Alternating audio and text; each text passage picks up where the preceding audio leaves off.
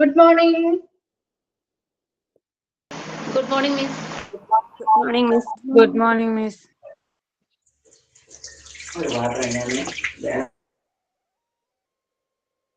Okay, നമ്മള് ഹോസ്പിറ്റലിന്റെ PG കോഴ്സിൽ നമ്മൾ ഫസ്റ്റ് ചാപ്റ്റർ ഇന്നലെ സ്റ്റാർട്ട് ചെയ്തിരുന്നു. മാർക്കറ്റിംഗ് മാനേജ്മെന്റ് ഇൻ ഹോസ്പിറ്റൽ അല്ലെ? മാർക്കറ്റിംഗ് മാനേജ്മെന്റ് ഇൻ ഹോസ്പിറ്റൽ എവിടെ വരെയാണ് നമ്മൾ കഴിഞ്ഞ ക്ലാസ്സിൽ എടുത്തു നിർത്തിയത്? പ്രൊമോഷൻസ് വരെ പറഞ്ഞിട്ടുണ്ടായിരുന്നു. എന്താണ്?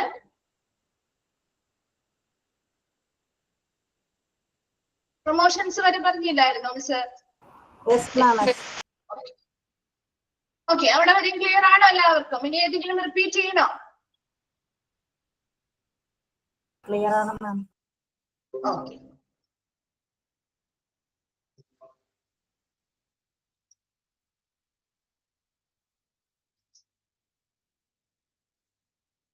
ഓക്കെ. ഇനി നമ്മളപ്പോ അടുത്ത ഭാഗത്തേക്ക് പോവാണ് കേട്ടോ. ഇപ്പൊ 4 P's ഓഫ് മാർക്കറ്റിംഗില് 4 P's നമ്മൾ പറഞ്ഞു, പ്രൊമോഷൻസ് വരെയും പറഞ്ഞിരിക്കുകയാണ്. ഇനി അടുത്തത് how to market a hospital. ഒരു ഹോസ്പിറ്റൽ നമുക്ക് എങ്ങനെ മാർക്കറ്റ് ചെയ്യാം, അതാണ് അടുത്തതായിട്ട് വരുന്ന ഭാഗം. ഇപ്പൊ ഹോസ്പിറ്റലുമായി ബന്ധപ്പെട്ട് മാർക്കറ്റിംഗുമായി ബന്ധപ്പെട്ടുള്ള മെത്തേഡുകളും കാര്യങ്ങളൊക്കെയാണ് നമ്മൾ ഇനി ഈ ഒരു ചാപ്റ്ററിൽ പഠിക്കാൻ പോകുന്നത് കേട്ടോ. അപ്പൊ how to market a hospital, ഒരു ഹോസ്പിറ്റലെ നമുക്ക് എങ്ങനെ മാർക്കറ്റ് ചെയ്യാം അല്ലെ?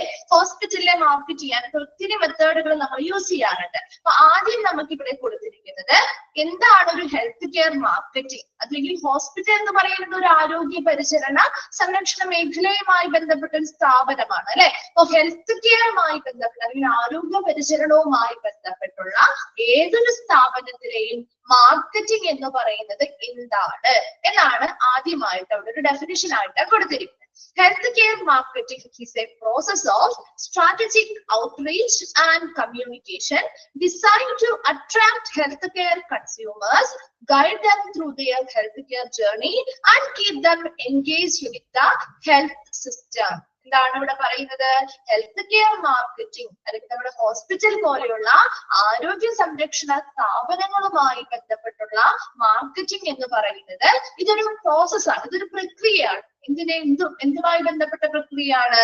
Of strategic outreach. നമുക്കറിയാം പലതരത്തിലുള്ള തന്ത്രങ്ങൾ പാലിച്ചുകൊണ്ട് അല്ലെങ്കിൽ തന്ത്രങ്ങൾ ആവിഷ്കരിച്ച് അത് നടപ്പിലാക്കുന്നതിലൂടെയാണ് നമ്മൾ ആ മാർക്കറ്റിംഗ് എന്ത് ചെയ്യുന്നത്?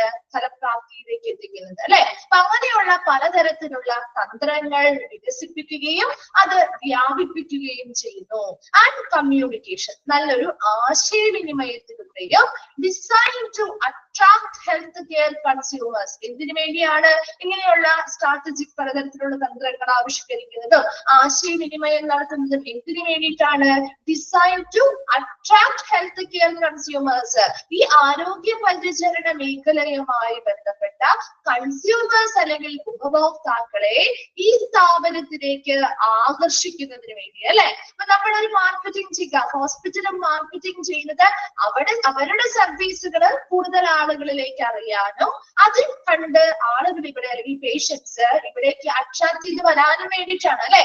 ആകർഷിച്ച് അതിലേക്ക് വരാൻ വേണ്ടിയിട്ടാണ്. അത് തന്നെ ഇവിടെയും പറയുന്നത് attract health care consumers.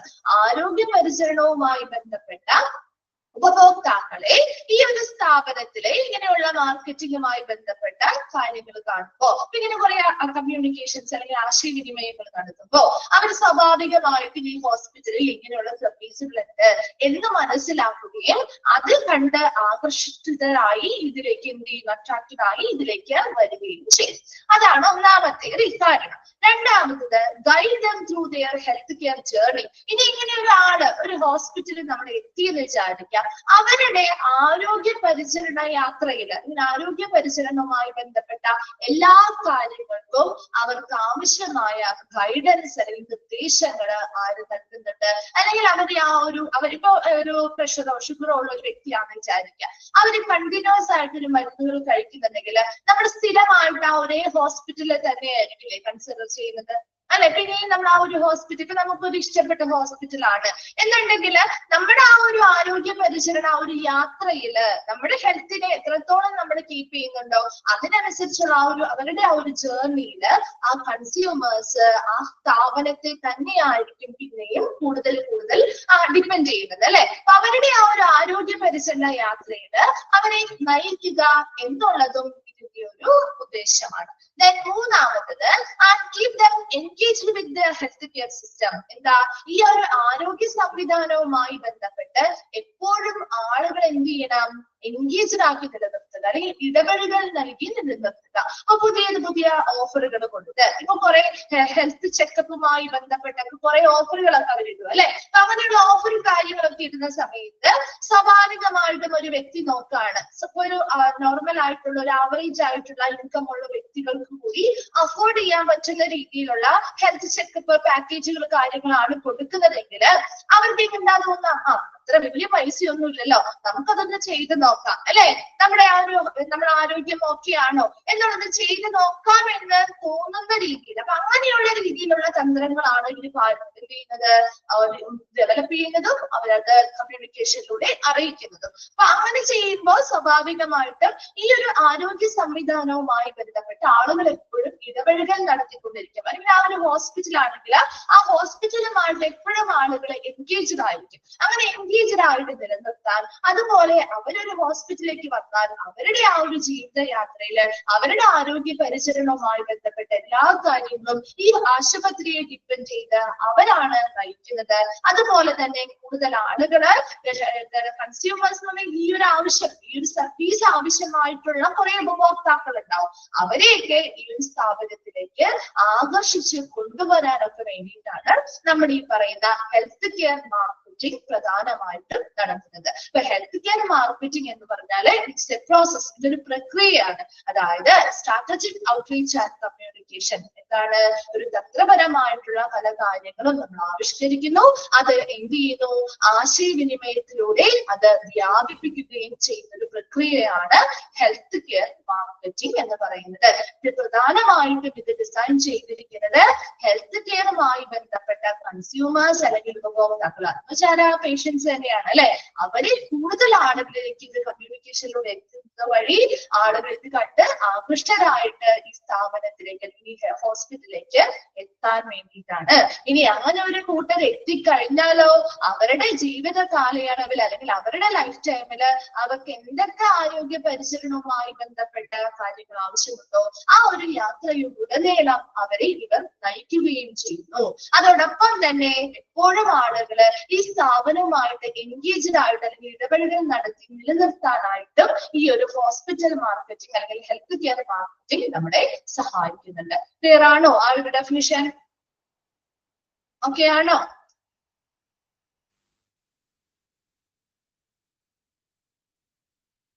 Okay. അടുത്തതായിട്ട് പറയാമോ, ഇനി നമ്മുടെ ഒന്നുകൂടി പറയണോ? ഹെൽത്ത് കെയർ ഒന്നുകൂടി പറയാണ് കേട്ടോ, കിട്ടാത്തവരുണ്ടെങ്കിൽ ഒന്ന് ശ്രദ്ധിക്കാം. ഹെൽത്ത് കെയർ മാർക്കറ്റിംഗ് അല്ലെങ്കിൽ ഒരു ഹോസ്പിറ്റലുമായി ബന്ധപ്പെട്ട മാർക്കറ്റിംഗ് എന്ന് പറയുന്നത് ഇറ്റ്സ് എ പ്രോസസ്, ഇതൊരു പ്രക്രിയയാണ്. എന്ത് പ്രക്രിയയാണ്?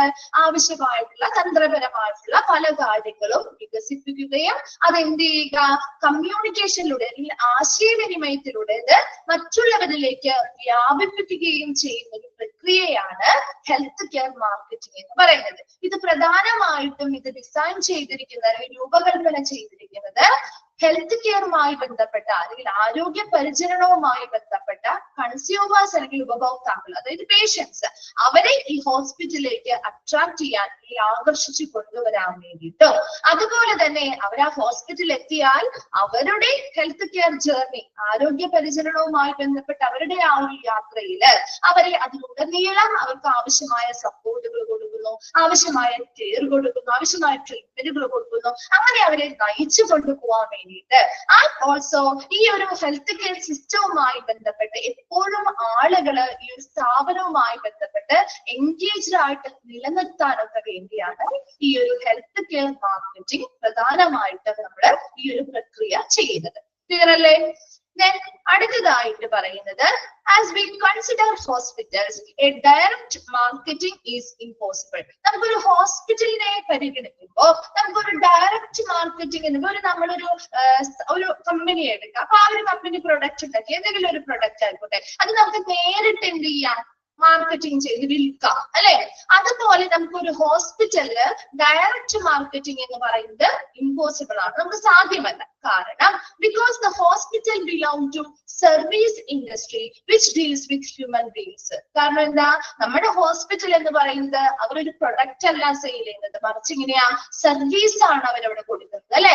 ഒരു സർവീസ് ഇൻഡസ്ട്രി ആയതുകൊണ്ട് തന്നെ അതുപോലെ തന്നെ അവർ ആരുമായിട്ടാണ് ഇടപെടൽ നടത്തുന്നത്? ഹ്യൂമൻ ബീയിങ്സ് അല്ലെ, മനുഷ്യരുമായിട്ടാണ് അവർ ഇടപെടൽ നടത്തുന്നത്. അതുകൊണ്ട് തന്നെ ഈ ഒരു സർവീസ് ഇൻഡസ്ട്രിയുമാണ് ഹ്യൂമൻ ബീയിങ്സുമായിട്ടാണ് നമ്മൾ ഇടപെടൽ നടത്തുന്നത്, അല്ലെങ്കിൽ അവരുമായിട്ടാണ് കാര്യങ്ങൾ കൈകാര്യം ചെയ്യുന്നത്. കൊണ്ട് തന്നെ നമുക്ക് അവിടെ ഒരു ഡയറക്റ്റ് മാർക്കറ്റിംഗ് എന്ന് പറയുന്നത് സാധ്യമല്ല. എന്നാൽ നമുക്ക് ഇവിടെ ഒരു ഇൻഡയറക്റ്റ് മാർക്കറ്റിംഗ് ഹോസ്പിറ്റലുകളിൽ നടക്കുന്നുണ്ട്. So the marketing activities of a hospital is done indirectly. നമുക്ക് പരോക്ഷമായിട്ട് നമുക്ക് ഹോസ്പിറ്റലുകളിൽ മാർക്കറ്റിംഗ് നടന്നു വരുന്നുണ്ട് by the expert of marketing department of a hospital. ഒരു ഹോസ്പിറ്റലിലെ മാർക്കറ്റിംഗ് ഡിപ്പാർട്ട്മെന്റിലുള്ള എക്സ്പേർട്ട് അല്ലെങ്കിൽ വിദഗ്ധർ ഉപയോഗിച്ചുകൊണ്ട് അവരാണ് ഇൻഡയറക്റ്റ് മാർക്കറ്റിംഗ് നമ്മുടെ ഹോസ്പിറ്റലിൽ അതുമായി ബന്ധപ്പെട്ട പ്രവർത്തനങ്ങൾ നടത്തുന്നത്. അപ്പൊ ഹോസ്പിറ്റൽ എന്ന് പറയുമ്പോൾ നമുക്ക് പരിഗണിക്കുമ്പോൾ നമുക്കൊരു ഡയറക്റ്റ് മാർക്കറ്റിംഗ് സാധ്യമല്ല, കാരണം അതൊരു സർവീസ് ഇൻഡസ്ട്രിയാണ്. ഒപ്പം തന്നെ നമ്മൾ ഹ്യൂമൻ ബീയിങ്സുമായിട്ടാണ് ഇടപെടലുകൾ നടത്തുന്നത്. അതുകൊണ്ട് അവിടെ ഒരു ഡയറക്റ്റ് മാർക്കറ്റിംഗ് എന്ന് പറയുന്നത് സാധ്യമല്ലെങ്കിൽ കൂടി അവിടെ ഒരു ഇൻഡയറക്റ്റ് മാർക്കറ്റിംഗ് നടത്തുന്നുണ്ട്, അല്ലെങ്കിൽ പരോക്ഷമായിട്ടുള്ള ഒരു മാർക്കറ്റിംഗ് ചെയ്യുന്നുണ്ട്. അത് ആരിലൂടെയാണ് ചെയ്യുന്നത്? ആ ഹോസ്പിറ്റലിലെ മാർക്കറ്റിംഗ് ഡിപ്പാർട്ട്മെന്റിലുള്ള എക്സ്പേർട്ട് അല്ലെങ്കിൽ വിദഗ്ധർ വഴിയാണ് ഈ പരോക്ഷമായിട്ടുള്ള അല്ലെങ്കിൽ ഇൻഡയറക്റ്റ് ആയിട്ടുള്ള മാർക്കറ്റിംഗ് ആക്ടിവിറ്റീസ് ആ ഹോസ്പിറ്റൽ നടത്തുന്നത്. ക്ലിയർ ആണോ? ഓക്കെ.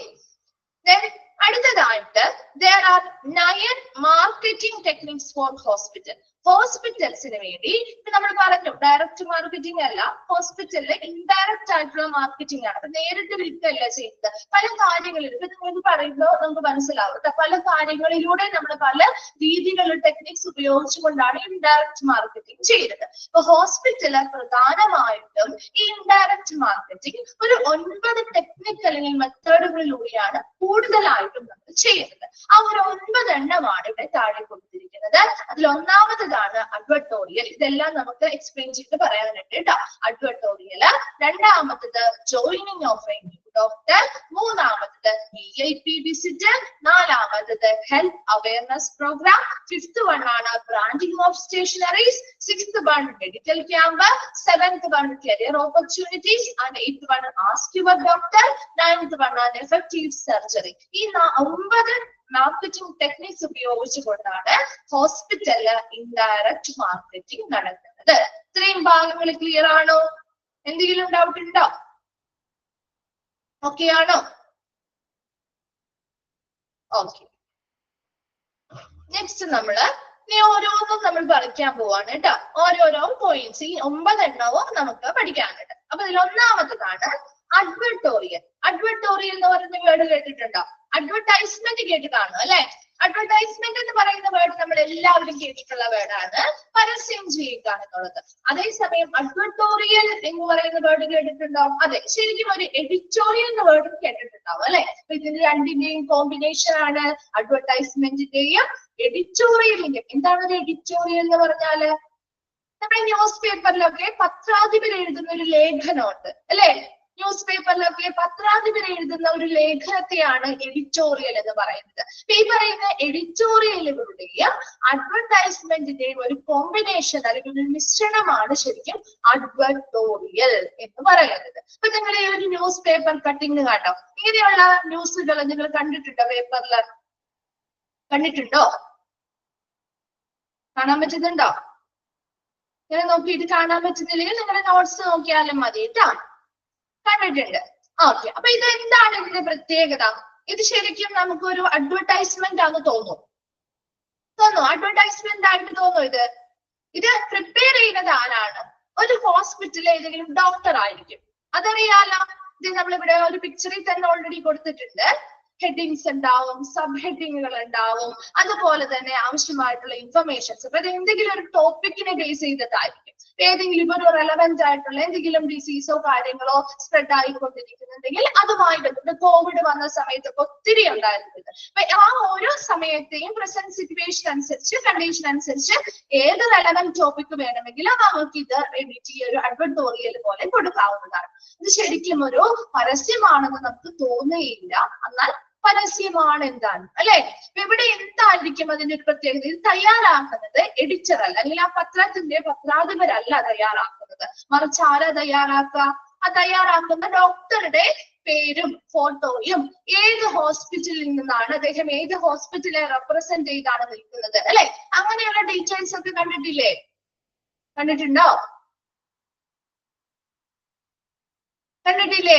നമ്മുടെ പേപ്പറിലൊക്കെ മിക്കപ്പോഴും കാണുന്നതാണ് അല്ലെ? ഓരോ ടോപ്പിക്കിനെ പറ്റി അവർ എഴുതിയിട്ടുണ്ടാവും, അവരതിനെ പറ്റി. അപ്പൊ അവര് കുറെ സിംറ്റംസ്, കാര്യങ്ങള് ഒക്കെ കൊടുത്തിട്ടുണ്ടാവും അല്ലെ? ഇപ്പൊ ഒരു ക്യാൻസറിനെ കുറിച്ചാണെന്ന് വിചാരിക്കുക. അപ്പൊ ക്യാൻസറിന്റെ കുറെ ലക്ഷണങ്ങള്, അങ്ങനെയുള്ള കാര്യങ്ങളെ കുറിച്ചൊക്കെ അവർ കുറെ കൊടുത്തിട്ടുണ്ടാവും. നിങ്ങൾക്ക് അത് വായിക്കുമ്പോ നമുക്ക് അയ്യോ എനിക്ക് ഇതുപോലെ ഉണ്ടല്ലോ എന്ന് തോന്നാറുണ്ടോ? ചില സിംറ്റംസ് ഒക്കെ വായിക്കുമ്പോ കുറെയൊക്കെ നമുക്കുള്ള, അതായത് നമുക്ക് നോർമൽ ആയിട്ടുള്ള ഒരു വ്യക്തിക്ക് പോലും ഉണ്ടെന്ന് തോന്നിക്കുന്ന വിധത്തിലുള്ള കുറെ സിംറ്റംസ് അവർ എഴുതിയിട്ടുണ്ടാവും. തോന്നിയിട്ടുണ്ടോ ആർക്കെങ്കിലും? എനിക്ക് തോന്നിയിട്ടുണ്ട് അല്ലെ? അപ്പൊ അങ്ങനെ തോന്നിയാൽ നമ്മളിപ്പോ ഒരു ക്യാൻസറിന്റെ ഒരു ഏറ്റവും എക്സാമ്പിൾ അതാ, ഒരു ക്യാൻസറിനെ കുറിച്ചുള്ള ഒരു ലേഖനമാണ് അല്ലെങ്കിൽ ഒരു അഡ്വർട്ടോറിയൽ ആണ് നമ്മൾ വായിക്കുന്നത് വിചാരിക്കുക. അപ്പൊ വായിക്കുമ്പോ അവർ പറയും ഏതെങ്കിലും ഒരു പർട്ടിക്കുലർ ക്യാൻസർ ആയിരിക്കും, ഇപ്പൊ സ്തനാർബുദം അല്ലെങ്കിൽ അങ്ങനെ എന്തെങ്കിലും ഒരു പർട്ടിക്കുലർ ആയിട്ടുള്ള ഒരു ടോപ്പിക് ആയിരിക്കും എടുത്തിരിക്കുക. അതിന്റെ കുറെ ലക്ഷണങ്ങൾ പറയുമ്പോൾ ചിലപ്പോൾ നമുക്ക് ചില മുഴകളുള്ള പോലെയോ, ചിലപ്പോൾ ചുമന്ന എന്തെങ്കിലും റെഡിഷ് ആയിട്ട് കിടക്കുന്ന പോലെ ഇത് നമ്മുടെ ബോഡിയിൽ നമുക്ക് തോന്നാറുണ്ട് അല്ലെ? അയ്യോ ഇത് എനിക്ക് ഇങ്ങനത്തെ ലക്ഷണങ്ങളൊക്കെ ഉണ്ടല്ലോ എന്ന് നമ്മുടെ മനസ്സിൽ ഒരു ചിന്ത വരുത്തുന്നില്ലേ അത് വായിക്കുമ്പോ? ഇല്ലേ? അങ്ങനെ ഒരു ചിന്ത വന്നാൽ ഇച്ചിരി പേടിയൊക്കെ ഉള്ള ഒരാളാണെങ്കിൽ എന്ത് ചെയ്യും? അവരെന്താ ചെയ്യാ? ഇവരിങ്ങനെ കൊടുത്തിട്ടുണ്ടാവും. അപ്പൊ അവരുടെ ഹോസ്പിറ്റലുമായി ബന്ധപ്പെട്ട് അവരിങ്ങനെയുള്ള സർവീസുകള്, ചെക്കപ്പുകൾ നടത്തുന്നുണ്ട്, ഫ്രീ ആയിട്ടുള്ള ചെക്കപ്പുകൾ നടത്താറുണ്ട്. അതുപോലെ തന്നെ വേണമെങ്കിൽ അത് ക്യാൻസർ വരുന്നതിന് മുന്നോടിയായിട്ട് നമ്മൾ എന്താണ് ഫ്രീ ഡിറ്റക്ഷൻ ടെസ്റ്റുകൾ ചെയ്യാറുണ്ട് അല്ലെ? ക്യാൻസർ ഉണ്ടോ എന്ന് അറിയുന്നതിന് വേണ്ടിയിട്ട് മുന്നോടി. അപ്പൊ അങ്ങനെയുള്ള ടെസ്റ്റുകളൊക്കെ അവൈലബിൾ ആണെന്നൊക്കെ ഓൾറെഡി അവർ ഇതിൽ കൊടുത്തിട്ടുണ്ടാവും. അപ്പൊ സ്വാഭാവികമായിട്ടും ഒരു പേടിയുള്ള വ്യക്തിയാണ് അല്ലെങ്കിൽ ഇങ്ങനെയുള്ള സിംറ്റംസ് ഉണ്ട് എന്നത് തോന്നുന്ന വ്യക്തികൾ എന്ത് ചെയ്യും? ആ ഹോസ്പിറ്റലിനെ സമീപിക്കില്ലേ? ഇപ്പൊ ഇവിടെ ഒരു പരസ്യം ചെയ്യലല്ല ഡയറക്റ്റ് ആയിട്ട്, എന്നാൽ പോലും ഇതിലൂടെയും അവർക്ക് കസ്റ്റമേഴ്സിനെ കിട്ടുന്നില്ലേ? അതാണ് ഇവിടെ ഉദ്ദേശിക്കുന്നത്. അപ്പൊ ഒരു അഡ്വർട്ടോറിയൽ എന്ന് പറയുമ്പോ ശരിക്കും ആ വ്യക്തികളുടെ നമ്മുടെ വീക്ക് പോയിന്റ് എന്താണോ അതാണ് അവര് ഫോക്കസ് ചെയ്യുന്നത്. നമ്മുടെ വീക്ക് പോയിന്റ്സ്, ഇപ്പൊ നമുക്ക് കുറെ കാര്യങ്ങൾ, ഇപ്പൊ നമ്മുടെ ആരോഗ്യം എന്ന് പറയുന്നത് എല്ലാവർക്കും വളരെ വിലപ്പെട്ട കാര്യം തന്നെയാണ് അല്ലെ? അപ്പൊ നമ്മുടെ ഹെൽത്ത് റിലേറ്റഡ് ആയിട്ട് നമുക്കൊരു ആശങ്ക ജനിപ്പിക്കുക. അങ്ങനെ ഒരു ആശങ്ക ഉണ്ടാകുമ്പോഴാണ് നമ്മൾ എന്ത് ചെയ്യുന്നത്? ഹോസ്പിറ്റലിനെ സമീപിക്കുന്നത് അല്ലെ?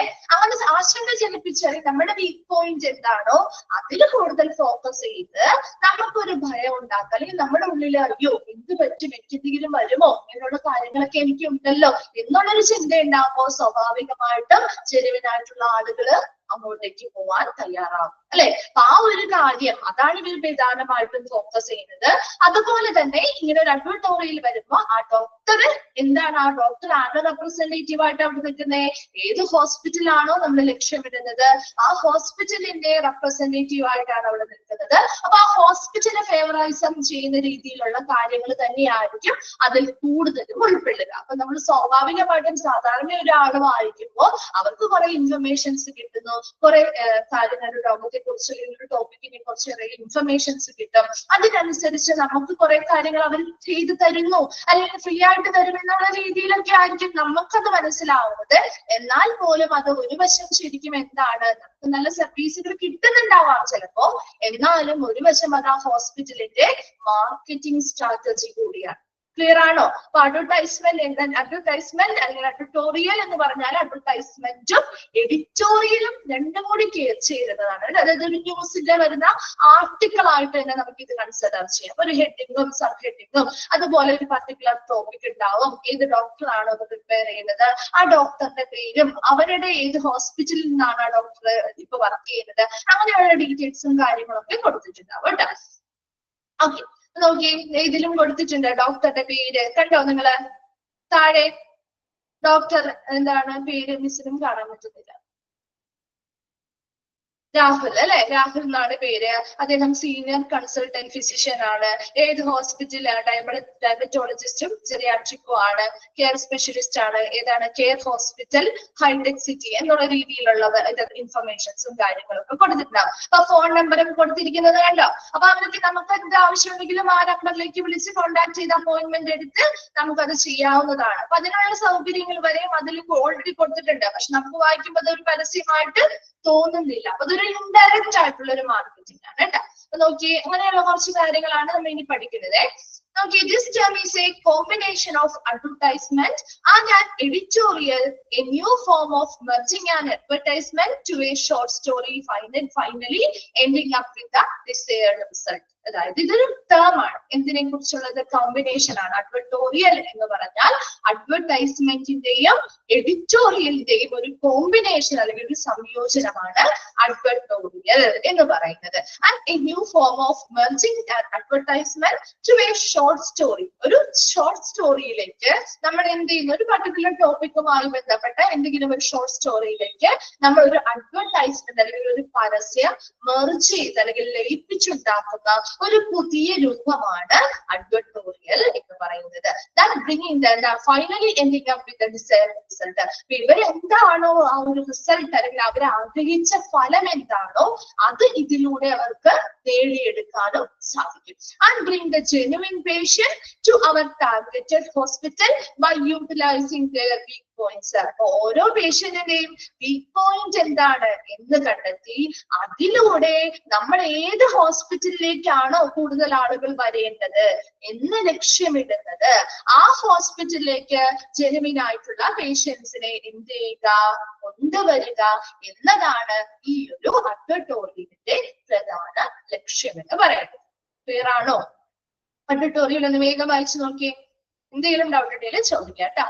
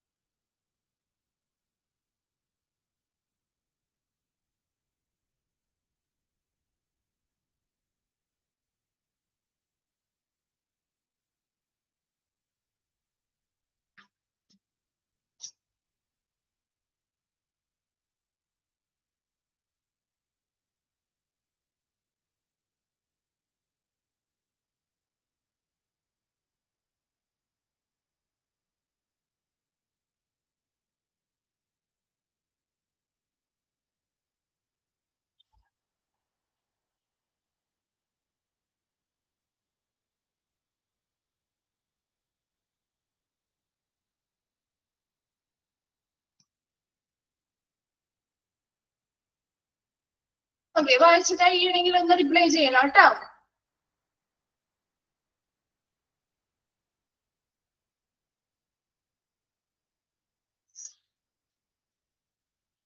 ഓക്കെ, ക്ലിയർ ആണോ? അഡ്വർട്ടോറിയൽ ക്ലിയർ ആണോ? ഓക്കെ, അപ്പൊ നമ്മൾ അടുത്തയിലേക്ക് പോവാണ്. Joining of a new doctor. ഒരു പുതിയ ഡോക്ടർ അപ്പൊ നിങ്ങൾ കണ്ടു കാണും. നിങ്ങൾ ഹോസ്പിറ്റലൊക്കെ പോകുമ്പോ അവിടെ പുതിയ ഡോക്ടേഴ്സ് ജോയിൻ ചെയ്തിട്ടുണ്ടെങ്കിൽ അവിടെ എങ്ങനെയൊക്കെ കാണാൻ പറ്റുക? ചിലപ്പോൾ ഫ്ലെക്സ് കാര്യങ്ങളൊക്കെ വെച്ചിട്ടുണ്ടാവും. അല്ലെങ്കിൽ ചിലപ്പോൾ നമ്മുടെ ന്യൂസ് പേപ്പറിന്റെ കൂടെയുള്ള നോട്ടീസ് പോലെ നമ്മുടെ വീടുകളിലേക്ക് വരാറുണ്ട് അല്ലെ. നമ്മുടെ അടുത്തുള്ള ഹോസ്പിറ്റലൊക്കെ ആണെങ്കിൽ അല്ലെങ്കിൽ പേപ്പറിലെ കൊടുക്കാറുണ്ട് അല്ലെ. പുതിയൊരു ഡോക്ടേഴ്സ്, ഇത്ര ഡോക്ടേഴ്സ്, ഇന്ന സ്പെഷ്യാലിറ്റിയിലുള്ള ഡോക്ടേഴ്സ് ഹോസ്പിറ്റലിൽ ജോയിൻ ചെയ്തിട്ടുണ്ട്. അപ്പൊ അവരുടെ സേവനം ഇത്ര എല്ലാ ദിവസവും അല്ലെങ്കിൽ ഇന്ന ദിവസങ്ങളിൽ ഇത്ര മണി മുതൽ ഇത്ര മണി വരെ ആ ഹോസ്പിറ്റലിൽ ലഭ്യമായിരിക്കും എന്നൊക്കെ പറഞ്ഞ് കണ്ടിട്ടുണ്ടോ? പരസ്യം കണ്ടിട്ടുണ്ടോ? ഉണ്ട്. അത് തന്നെയാണ് ഇവിടെ joining of a new doctor എന്നതുകൊണ്ട് ഉദ്ദേശിക്കുന്നത് കേട്ടോ. ഒരു പുതിയ ഡോക്ടർ ആ ഹോസ്പിറ്റലിലേക്ക് വന്നു ചേരുക. അപ്പൊ ആ ഒരു പുതിയ ഡോക്ടർ വരുമ്പോ ആ ഒരു ഡോക്ടർ വന്നതിന്റെ പേരിൽ ഇവർ എന്ത് ചെയ്യുന്നു? ആ ഡോക്ടറെ വെച്ചുകൊണ്ട് കുറെ അഡ്വർടൈസ്മെന്റ്സ് അല്ലെങ്കിൽ കുറെ അധികം കമ്മ്യൂണിക്കേഷൻസ് അവർ പല രീതിയിലൂടെ നടത്തും. അത് തന്നെയാണ്. Okay, joining of doctors and medical professionals in any discipline can be highlighted irrespective of their qualification, experience or specialty. So, ഏതെങ്കിലും ഒരു പുതിയ ഡോക്ടറോ അല്ലെങ്കിൽ മെഡിക്കൽ പരമായിട്ടുള്ള ഒരു നല്ല ലെവലിലുള്ള ഒരു പ്രൊഫഷണലോ അവരുടെ ആ ഒരു ഹോസ്പിറ്റലിൽ ഏതൊരു മേഖലയിലും ആയിക്കോട്ടെ, ഏത് വിഭാഗത്തിലും ആയിക്കോട്ടെ, ആയിക്കോട്ടെ, അവർ ഈ ഹോസ്പിറ്റലിൽ ജോയിൻ ചെയ്യുമ്പോൾ അവരെ എന്ത് ചെയ്യണം, ഹൈലൈറ്റ് ചെയ്ത് കാണിക്കുക, അവരെ പ്രമുഖമാക്കി കാണിക്കുക. അതായത് അവരുടെ ഇറസ്പെക്റ്റീവ് ഓഫ് ദെയർ ക്വാളിഫിക്കേഷൻ, അവരുടെ യോഗ്യതയൊന്നും മാനിക്കുന്നില്ല, അല്ലെങ്കിൽ യോഗ്യത പരിഗണിക്കുകയോ ക്വാളിഫിക്കേഷൻ ഉള്ളവരെ മാത്രം അല്ലെങ്കിൽ ഇന്ന ക്വാളിഫിക്കേഷൻ ഉള്ളവരെ മാത്രം അങ്ങനെയൊന്നുമില്ല. അവരുടെ യോഗ്യതയെ പരിഗണിക്കാതെ, അല്ലെങ്കിൽ അവരുടെ യോഗ്യത ഇതുമായിക്കോട്ടെ, എത്രത്തോളം എക്സ്പീരിയൻസ് ഉള്ളവരായിക്കോട്ടെ, എത്രത്തോളം സ്പെഷ്യാലിറ്റി ഉള്ള ആളുകളായിക്കോട്ടെ, അങ്ങനെ യാതൊരുവിധ സെപ്പറേഷൻ ഒന്നും കാര്യമായിട്ടുള്ള പരിഗണനയോ കാര്യങ്ങളോ ഇല്ലാതെ അങ്ങനെ ആരെ അവിടെ ജോയിൻ ചെയ്താലും എന്ത് ചെയ്യുന്നുണ്ട്, അവരെ വലിയ രീതിയിൽ ഹൈലൈറ്റ് ചെയ്ത് അല്ലെങ്കിൽ പ്രമുഖമാക്കി കാട്ടുന്നതിനെയാണ് joining of a new doctor എന്നുകൊണ്ട് ഇവിടെ ഉദ്ദേശിക്കുന്നത്. And it may be in the form of an advertisement mentioning that they are highly qualified. ഇതൊരു അഡ്വർടൈസ്മെന്റ് അല്ലെങ്കിൽ പരസ്യം ചെയ്യലിന്റെ രൂപേണ തന്നെയാണ് നമ്മളിലേക്ക് എത്തുക, അല്ലെ? ആൻഡ് അതിൽ എന്തായിരിക്കും കൂടുതലും മെൻഷൻ ചെയ്തിട്ടുണ്ടാവുക അല്ലെങ്കിൽ സൂചിപ്പിച്ചിട്ടുണ്ടാവുക, ഇവര് വളരെ ഹൈലി ക്വാളിഫൈഡ് ആയിട്ടുള്ള നല്ല യോഗ്യതയുള്ള ആളുകളാണ് ഈ ഹോസ്പിറ്റലിൽ ഇപ്പോൾ വന്നു ചേർന്നിരിക്കുന്നത് എന്ന് സൂചിപ്പിക്കുന്ന രീതിയിലുള്ള ഒരു അഡ്വർടൈസ്മെന്റ് ആണ് നടത്തുക, അല്ലെ?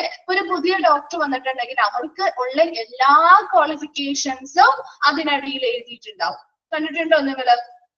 അവരുടെ എല്ലാ ക്വാളിഫിക്കേഷൻസും ഇന്നതിൽ സ്പെഷ്യലൈസ്ഡ്, ഇന്ന മേഖലയില് ഡിപ്ലോമ അല്ലെങ്കിൽ ഇന്ന മേഖലയിലുള്ള സർട്ടിഫിക്കേഷൻസ് ഉണ്ട്, അങ്ങനെ ഇങ്ങനെ കുറെ അവരുടെ എന്താണ് കിട്ടിയിട്ടുള്ള, അവർക്ക് കിട്ടിയിട്ടുള്ള എന്തെങ്കിലും അവാർഡ്സോ കാര്യങ്ങളോ അങ്ങനെയുള്ളത് കിട്ടിയിട്ടുണ്ടെങ്കിൽ അത് അങ്ങനെയുള്ള എല്ലാ രീതിയിലുമുള്ള അവർക്ക് നമ്മളെ എന്താണ് ബോധിപ്പിക്കേണ്ടത്, ഈ വന്ന് ജോയിൻ ചെയ്തിരിക്കുന്ന ഡോക്ടർ വളരെ ഉയർന്ന ക്വാളിഫിക്കേഷൻ ഉള്ള ഒരു ഡോക്ടറെയാണ് ഞങ്ങൾ കൊണ്ടുവന്നിരിക്കുന്നതും ഇവിടെ അപ്പോയിന്റ്മെന്റ് ചെയ്തിരിക്കുന്നതും. അപ്പൊ അവരിൽ നിന്ന് നല്ല രീതിയിലുള്ള ഒരു പരിചരണം നിങ്ങൾക്ക് കിട്ടും എന്നുള്ളത് നമ്മളെ വിശ്വസിപ്പിക്കുന്നതിന് വേണ്ടിയിട്ട് ഇങ്ങനെയുള്ള അഡ്വർടൈസ്മെന്റുകളിലൂടെ ആ ഹോസ്പിറ്റലിനെ കുറിച്ചും ആളുകളിലേക്ക് അറിയിക്കാം. അതുപോലെ തന്നെ ഹോസ്പിറ്റലിലെ സേവനങ്ങളെ കുറിച്ചും ഈ പുതിയ ഡോക്ടറെ കുറിച്ചും എന്ത് ചെയ്യുന്നു, കുറച്ച് അധികം ഹൈപ്പ് കൊടുത്തുകൊണ്ട് അല്ലെങ്കിൽ അധികം എന്ത് ചെയ്യുന്നു, ഹൈലൈറ്റ് ചെയ്തുകൊണ്ട് അവരെ ആളുകളിലേക്ക് ഒരു അഡ്വർടൈസ്മെന്റ് എന്ന രൂപേണ നമ്മൾ എന്ത് ചെയ്യുന്നു, അറിയിക്കുകയാണ് ചെയ്യുന്നത്. അപ്പൊ സ്വാഭാവികമായിട്ടും നല്ലൊരു ഡോക്ടർ ആയിരിക്കും വന്നിരിക്കുന്നത്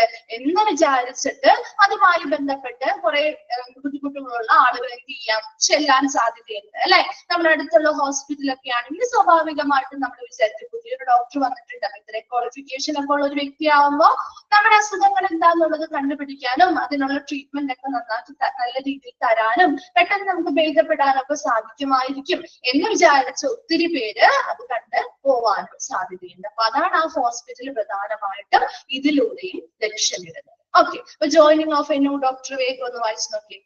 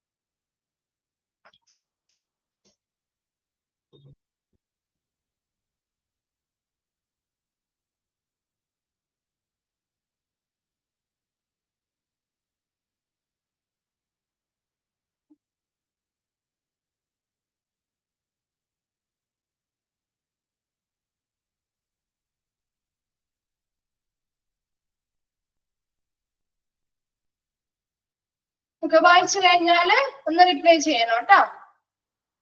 ഓക്കെ ആണോ? അത് joining of a new doctor clear ആണോ?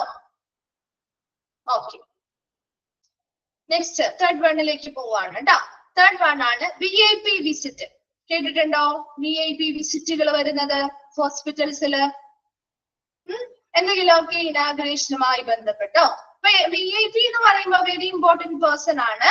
വെരി ഇമ്പോർട്ടന്റ് പേഴ്സൺ എന്ന് പറഞ്ഞാൽ ഒന്നുകിൽ സെലിബ്രിറ്റീസ് ആവാം, അല്ലെങ്കിൽ ഏതെങ്കിലും പൊളിറ്റീഷ്യൻസ് ആവാം. നല്ല ഹൈ പ്രൊഫൈലിൽ ഇരിക്കുന്ന ആളുകളെ നമുക്ക് കൊണ്ടുവരാം, അല്ലെ? പൊളിറ്റീഷ്യൻസ് ആവാം, അല്ലെങ്കിൽ എന്തെങ്കിലും സെലിബ്രിറ്റീസ് ആവാം, അല്ലെങ്കിൽ എന്താണ് ഇപ്പൊ എന്തെങ്കിലും മേജർ ഡൊണേഷൻസ് കൊടുക്കുന്ന, ഇപ്പൊ ഒത്തിരി കോൺട്രിബ്യൂഷൻസ് അല്ലെങ്കിൽ ഒത്തിരി സംഭാവനകൾ കൊടുക്കുന്ന കുറച്ച് ഫേമസ് ആയിട്ടുള്ള ആളുകളാണെങ്കിൽ അങ്ങനെയുള്ള ആളുകളെയൊക്കെ നമ്മൾ എന്ത് ചെയ്യാറുണ്ട്, ഈ പറയുന്ന VIP വിസിറ്റിന് വേണ്ടി ഹോസ്പിറ്റലിലേക്ക് കൊണ്ടുവരാറുണ്ട്. അപ്പൊ അത് പല കാരണങ്ങൾക്ക് വേണ്ടിയിട്ട് കൊണ്ടുവരാം. So we can follow the practice of inviting VIPs, especially celebrities, to our hospital, maybe for a casual visit. സാധാരണ വിസിറ്റിന് വേണ്ടിയിട്ട് വരാം അല്ലെ, അല്ലെങ്കിൽ ഒരു കംപ്ലീറ്റ് ഹെൽത്ത് ചെക്കപ്പ് ചെയ്യാൻ വേണ്ടിയിട്ട് വരാം, ഓർ ഫോർ ആർ ഇനാഗുറേഷൻ, എന്തെങ്കിലും ഒരു ഇനാഗുറേഷന്റെ ഭാഗമായിട്ട് വരാം, or for flag off ceremony, ഇപ്പൊ എന്തെങ്കിലുമൊക്കെ ഫ്ലാഗ് ഓഫുമായി ബന്ധപ്പെട്ട എന്തെങ്കിലും സെറിമണീസോ ചടങ്ങുകളോ കാര്യങ്ങളോ ഉണ്ടെങ്കിൽ അതിന്റെ ഭാഗമായിട്ട് നമ്മൾ ഇങ്ങനെയുള്ള സെലിബ്രിറ്റീസിനെ അല്ലെങ്കിൽ വെരി ഇമ്പോർട്ടന്റ് പേഴ്സൺസിനെ ആ ഹോസ്പിറ്റലിലേക്ക് സന്ദർശനത്തിനായിട്ട് വിളിക്കാറുണ്ട്. അപ്പൊ ആ ഹോസ്പിറ്റലിൽ ഇങ്ങനെയുള്ള വ്യക്തി സന്ദർശനത്തിന് വരുന്നു. അപ്പൊ നിങ്ങളൊരു സെലിബ്രിറ്റി തന്നെ വരുന്നതെന്ന് വിചാരിച്ചു, ഏറ്റവും പബ്ലിസിറ്റി കിട്ടുന്നത് അവരായിരിക്കും അല്ലെ. ഒരു സെലിബ്രിറ്റി വരാണ്, അപ്പൊ നമുക്ക് ഏറ്റവും ഇഷ്ടമുള്ള ഒരു സെലിബ്രിറ്റി ആണ് വരുന്നതെങ്കിൽ അവര് വരുന്നതിന്റെ ഒരു കാര്യം, അവര് വരുന്നുണ്ട് എന്ന രീതിയിലുള്ള കുറെ എന്താണ് അഡ്വർടൈസ്മെന്റുകൾ ഉണ്ടാവും അല്ലെ. അവര് വന്നു കഴിഞ്ഞാലും അതുമായി ബന്ധപ്പെട്ട എന്തോ ഇപ്പൊ പ്രത്യേകിച്ച് നമുക്ക് സോഷ്യൽ മീഡിയയൊക്കെ ഉള്ളതുകൊണ്ട് തന്നെ എത്ര വീഡിയോസ് ആയിരിക്കും അവിടെ അപ്ലോഡ് ചെയ്ത് വരിക അല്ലെ. അവർ വരുന്നതിന് മുൻപ് മുതല് ലൈവായിട്ട് തന്നെ ഉണ്ട് അല്ലെ, അവർ വന്ന് ചെയ്യുന്നതോ അതുപോലെ അവർ പോയതിനു ശേഷവും ഈ പറയുന്ന വീഡിയോസും കാര്യങ്ങളൊക്കെ ഒരു അഡ്വർടൈസ്മെന്റ് മുഖേന, ശരിക്കും ഇതൊരു അഡ്വർടൈസ്മെന്റ് ആണ്, പക്ഷെ നമുക്കത് തോന്നിക്കുന്നില്ല എന്ന് മാത്രമേ ഉള്ളൂ. ഈ ഒരു VIP ഇങ്ങനെ വരുമ്പോ സ്വാഭാവികമായിട്ടും ആ ഹോസ്പിറ്റലിനെ പറ്റി കൂടുതൽ ആളുകൾ അറിയും അല്ലെ. ഏത് ഹോസ്പിറ്റലിലേക്കാണോ അവർ വരുന്നത് ആ ഹോസ്പിറ്റലിന്റെ ആ ഒരു പ്രശസ്തി കൂട്ടാനായിട്ട് വളരെയധികം സഹായിക്കുന്ന ഒരു കാര്യമാണ് ഈ VIP വിസിറ്റ്. അവര് സന്ദർശിക്കുമ്പോൾ അവരോട് ഇഷ്ടമുള്ള ആളുകൾക്ക് സ്വാഭാവികമായിട്ടും ഇതിനെ കുറിച്ചുള്ള കൂടുതൽ കാര്യങ്ങൾ മനസ്സിലാക്കാനും, ഏത് ഹോസ്പിറ്റലാണ്, നല്ല ഹോസ്പിറ്റലായിരിക്കും, അപ്പൊ നമുക്ക് അങ്ങനെ പോയി നോക്കിയാലോ, ഇന്ന സർവീസുകൾ ആ ഹോസ്പിറ്റലുണ്ട്, അങ്ങനെയുള്ള കാര്യങ്ങളൊക്കെ ഇതിലൂടെയൊക്കെ നമുക്ക് കൂടുതലും ആളുകളിലേക്ക് എത്തിക്കാനും അതുവഴി ആ ഹോസ്പിറ്റലിന്റെ റെപ്യൂട്ടേഷൻ അതുപോലെ തന്നെ ആ ഒരു ചിത്രമൊക്കെ കുറച്ചും കൂടി നമുക്കൊന്ന് മെച്ചപ്പെടുത്തിയെടുക്കാൻ അല്ലെങ്കിൽ നല്ല രീതിയിൽ ഉയർത്തിക്കൊണ്ടുവരാനൊക്കെ സഹായിക്കുന്ന ഒരു പ്രക്രിയയാണ് ഈ VIP വിസിറ്റ് എന്ന് പറയുന്നത്. അപ്പൊ VIP വിസിറ്റ് എന്ന് പറയുന്ന ഒരു രീതിയാണ് എന്താ, ഇൻവൈറ്റിംഗ് VIPs, വെരി ഇമ്പോർട്ടന്റ് ആയിട്ടുള്ള പേഴ്സൺസിനെ നമ്മൾ ആ ഹോസ്പിറ്റലിലേക്ക് ക്ഷണിക്കുന്നു. എന്തിനു വേണ്ടിയിട്ടാണ്? പ്രധാനമായിട്ടും സെലിബ്രിറ്റീസ് അല്ലെങ്കിൽ പൊളിറ്റീഷ്യൻസ്, അങ്ങനെ വളരെ ഫേമസ് ആയിട്ടുള്ള ആളുകളെയാണ് നമ്മൾ ക്ഷണിക്കുക. ഒന്നിനെ ഒരു കാഷ്വൽ ആയിട്ടുള്ള ഒരു സാധാരണ വിസിറ്റിന് സന്ദർശനത്തിന് വേണ്ടി വരുന്നതാവാം, അല്ലെങ്കിൽ അവർക്ക് ഒരു കംപ്ലീറ്റ് ആയിട്ടുള്ള ഒരു ഹെൽത്ത് ചെക്കപ്പ് ചെയ്യാൻ വേണ്ടിയിട്ട് വരുന്നതാവാം, അല്ലെങ്കിൽ എന്തെങ്കിലും ഇനാഗുറേഷൻ, പുതിയ ബിൽഡിങ്ങോ കാര്യങ്ങളോ ഒക്കെ പണിതിട്ടുണ്ടെങ്കിൽ അതിന്റെ ഇനാഗുറേഷന് വേണ്ടി വരുന്നതാവാം, അല്ലെങ്കിൽ എന്തെങ്കിലും പർട്ടിക്കുലർ ഡേയുമായി ബന്ധപ്പെട്ട ഫ്ലാഗ് ഓഫ് സെറിമണിയുമായി ബന്ധപ്പെട്ടൊക്കെ വരുന്നതാവാം. ഇതിലൂടെയൊക്കെ നമുക്ക് ഒത്തിരി ആളുകളെ ആ ഹോസ്പിറ്റലിലേക്ക് ആകർഷിക്കാനും ആ ഹോസ്പിറ്റലിനെ കുറച്ചുകൂടി എന്ത് ചെയ്യാൻ, ആ റെപ്യൂട്ടേഷനും അതുപോലെ തന്നെ കുറച്ച് ആളുകൾ ആ ഹോസ്പിറ്റലിനെ കുറിച്ച് കൂടുതൽ ആളുകളെ അറിയിക്കാനും ഒക്കെ സഹായിക്കുന്ന ഒരു രീതിയാണ് VIP വിസിറ്റ് എന്ന് പറയുന്നത്. ഓക്കെ, ഒന്ന് വായിച്ചു നോക്കിയ VIP വിസിറ്റ്.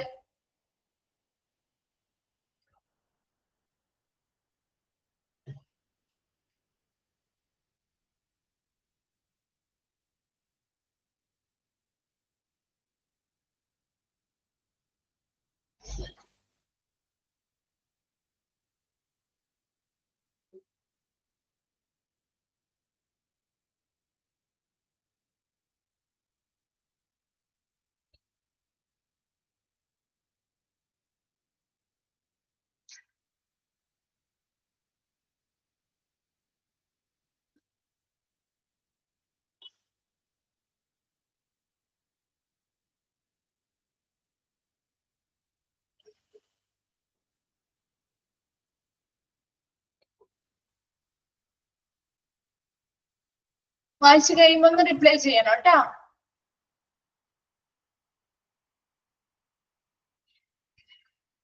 ഓക്കെ, ക്ലിയർ ആണോ?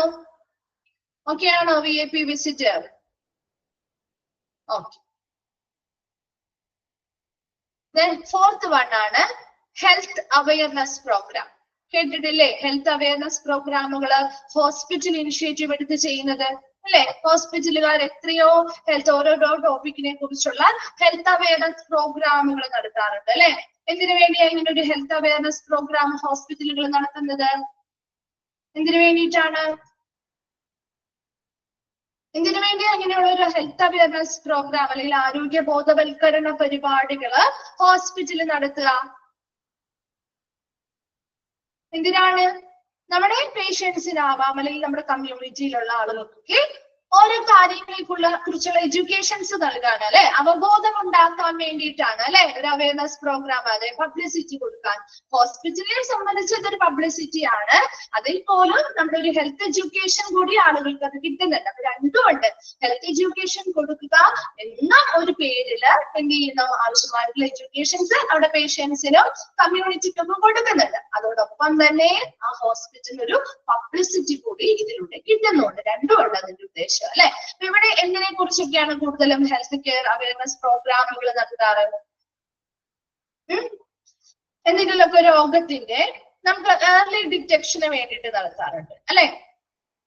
പിന്നെ ഏതാണ് നമ്മുടെ ലൈഫ് സ്റ്റൈൽ ഡിസീസ് ആയിട്ടുള്ള ഡയബറ്റീസ് അല്ലെ, ബ്ലഡ് പ്രഷർ, എന്താ കൊളസ്ട്രോൾ, അങ്ങനെയുള്ള കാര്യങ്ങളെ കുറിച്ച്, അതുപോലെ ഹാർട്ട് ഡിസീസുകൾ, ഹൃദയ സംബന്ധമായിട്ടുള്ള രോഗങ്ങളെ കുറിച്ച്, ക്യാൻസറിനെ കുറിച്ച് നടത്താറുണ്ട്. അപ്പൊ അതിന്റെയൊക്കെ പ്രിവെന്റീവ് ആയിട്ടുള്ള മെഷേഴ്സ്, പ്രതിരോധ നടപടികൾ നമുക്ക് എങ്ങനെ എടുക്കാം, ഇപ്പൊ മാമോഗ്രാം ഒക്കെ ചെയ്ത് നോക്കാം. അപ്പൊ അങ്ങനെയുള്ള കാര്യങ്ങളെ കുറിച്ച് പറയാറുണ്ട്. അതുപോലെ വാക്സിനേഷനുമായി ബന്ധപ്പെട്ട കാര്യങ്ങൾ നടത്താറുണ്ട് അല്ലെ, അതെ ഇമ്മ്യൂണൈസേഷനുമായി ബന്ധപ്പെട്ട്, ഇപ്പോ പേവിഷബാധയുമായി ബന്ധപ്പെട്ടൊക്കെ കുറെ അധികം ക്ലാസ്സുകൾ ഒരിടയ്ക്ക് ഉണ്ടായിരുന്നു, ആ ഒരു രോഗിന്റെ ആ ഒരു ബുദ്ധിമുട്ടൊക്കെ വരുന്ന സമയങ്ങളിൽ. അങ്ങനെ ഓരോരോ സമയങ്ങളിലും സന്ദർഭങ്ങളിലും ഏതിനെ കുറിച്ചാണോ ആളുകൾക്ക് അല്ലെങ്കിൽ കമ്മ്യൂണിറ്റിയിലുള്ള ആളുകൾക്ക് ആവശ്യകത അല്ലെങ്കിൽ ബോധവൽക്കരണം നടത്തേണ്ടത്, അതിനനുസരിച്ചുള്ള ടോപ്പിക് ആയിരിക്കും അവർ സെലക്ട് ചെയ്യുക. അപ്പൊ ആ ടോപ്പിക്കില് പിന്നെ മെന്റൽ അവയർനെസ് ഹെൽത്ത് പ്രോഗ്രാമുകൾ നടത്താറുണ്ട്. അതുപോലെ തന്നെ ഡയറ്റുമായി ബന്ധപ്പെട്ട് അല്ലെ, നല്ല ഈറ്റിംഗ് പ്ലാൻസ് അല്ലെങ്കിൽ നല്ല രീതിയിലുള്ള ഈറ്റിംഗ് ഹാബിറ്റ്സ് കൊണ്ടുവരുന്നതിന് വേണ്ടി അങ്ങനെയുള്ള രീതിയിലുള്ള കുറെ തരം പ്ലാനുകളും കാര്യങ്ങളും അതുമായി ബന്ധപ്പെട്ട് കുറെ എക്സസൈസ്, ഫിസിക്കൽ പരമായിട്ടുള്ള എക്സസൈസ് കാര്യങ്ങളൊക്കെ പറഞ്ഞു കൊടുക്കുന്നതിന് വേണ്ടി അതിലൊക്കെ ബോധവൽക്കരണം നടത്തുന്നതിന് വേണ്ടിയിട്ടും കുറെ പ്രോഗ്രാമുകളൊക്കെ നടത്താറുണ്ട്. അപ്പൊ ഇതിലൂടെയൊക്കെ നമുക്ക് ശരിക്കും ഒരു അറിവ് ആളുകൾ കിട്ടുന്നുണ്ട്, ഇല്ലാന്ന് പറയുന്നില്ല അല്ലെ. നമുക്ക് ഒരു അറിവ്, നമുക്ക് നോളജ് ഇതിനെ പറ്റിയുള്ള ആ ഒരു പർട്ടിക്കുലർ ടോപ്പിക്കിനെ പറ്റി റെഗുലർ ആയിട്ട് നമുക്കൊരു അറിവ് നമുക്ക് എന്ത് ചെയ്യുന്നുണ്ട്, കിട്ടുകയും ചെയ്യുന്നുണ്ട്. അതോടൊപ്പം തന്നെ ആ ഹോസ്പിറ്റലിൽ ഒരു പബ്ലിസിറ്റി കൂടി ഇതിലേക്ക് കിട്ടുന്നുണ്ട്. അപ്പൊ ഇങ്ങനെ ഒരു ഹോസ്പിറ്റല് ഈ ഒരു ഹെൽത്ത് കെയർ അവയർനെസ് പ്രോഗ്രാം, ഒരു ആരോഗ്യ സംരക്ഷണവുമായി ബന്ധപ്പെട്ട് ഇങ്ങനെയുള്ള ബോധവൽക്കരണ പരിപാടികൾ നൽകുമ്പോൾ ആ ഹോസ്പിറ്റല് ഈ കമ്മ്യൂണിറ്റിയുമായി ബന്ധപ്പെട്ട് നല്ലൊരു പോസിറ്റീവ് ആയിട്ടുള്ള ഒരു റിലേഷൻഷിപ്പ് ഉണ്ടാക്കിയെടുക്കാനും ഇതിലൂടെ സാധിക്കും അല്ലെ. ഏത് ഹോസ്പിറ്റലാണോ അത് ചെയ്യുന്നത്, ആ ഹോസ്പിറ്റലുമായിട്ട് നമ്മുടെ കമ്മ്യൂണിറ്റിയിലുള്ള ഓരോ വ്യക്തികൾക്കും ഒരു നല്ലൊരു പോസിറ്റീവ് റിലേഷൻഷിപ്പ് ഉണ്ടാക്കിയെടുക്കാൻ സാധിക്കുന്നില്ലേ? ഉണ്ടോ?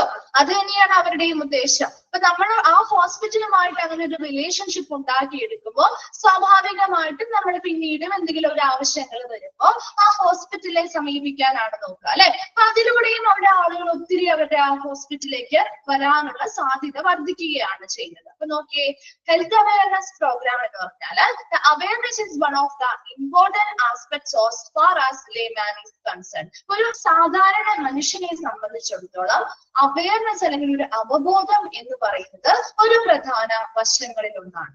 And lack of awareness can result in dangerous situation. ഇങ്ങനെ ഒരു അവയർനെസ് ഇല്ലായ്മ അല്ലെങ്കിൽ അവബോധമില്ലായ്മ എന്ന് പറയുന്നത് പല സാഹചര്യങ്ങളിൽ, പല അപകടമായിട്ടുള്ള സാഹചര്യങ്ങളിലേക്കും നമ്മൾ ചിലപ്പോൾ നയിച്ചേക്കാം. And half awareness is more dangerous than lack of awareness. എന്നാൽ ചില ആളുകൾക്ക് എങ്ങനെയാ, പൂർണ്ണമായ അവയർനെസ് ഒന്നും അല്ലെങ്കിൽ അവബോധം ഒന്നും ഉണ്ടാവില്ല, കുറച്ച് എന്തെങ്കിലും കാര്യങ്ങളെ കുറിച്ച് അറിയാനും പറ്റും. അങ്ങനെയുള്ളവ ഏറ്റവും ഡേഞ്ചറസ് ആണെന്നാ പറയുന്നത്. ഒന്നും അറിവില്ലായ്മയേക്കാൾ അപകടകരമാണ് കുറച്ച് പകുതിയെങ്കിലും ഒരു അറിവുണ്ടായിരിക്കുക എന്ന് പറയുന്നത്. അപ്പോ ഇവിടെ എപ്പോഴും ഇങ്ങനെയുള്ള അവയർനെസ് ആളുകൾക്ക് പൂർണ്ണമായിട്ടും കിട്ടണമെങ്കിൽ നമ്മൾ എന്ത് പ്രൊവൈഡ് ചെയ്യാണ്?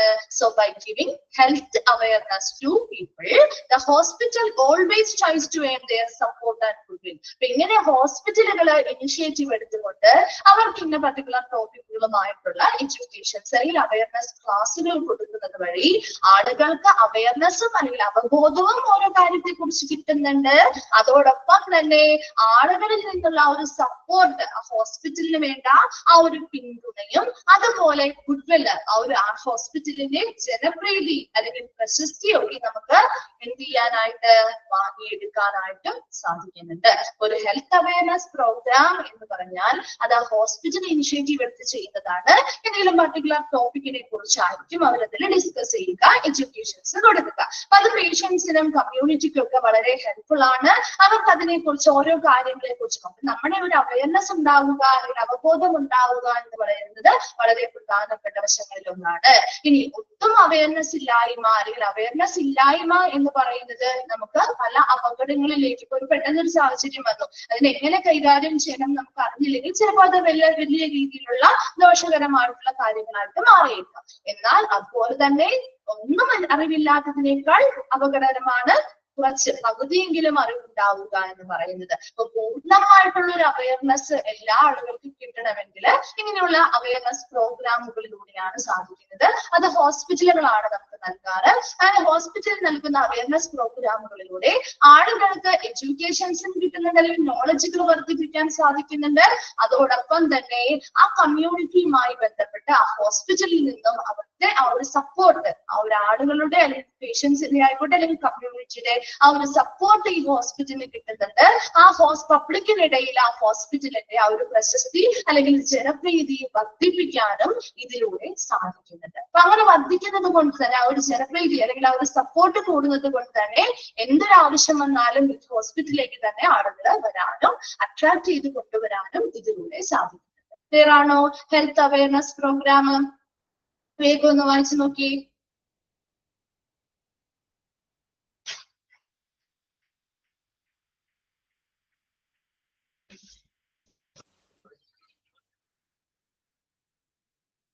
വായിച്ചു കഴിയുമ്പോൾ ഒന്ന് റിപ്ലൈ ചെയ്യണം കേട്ടോ.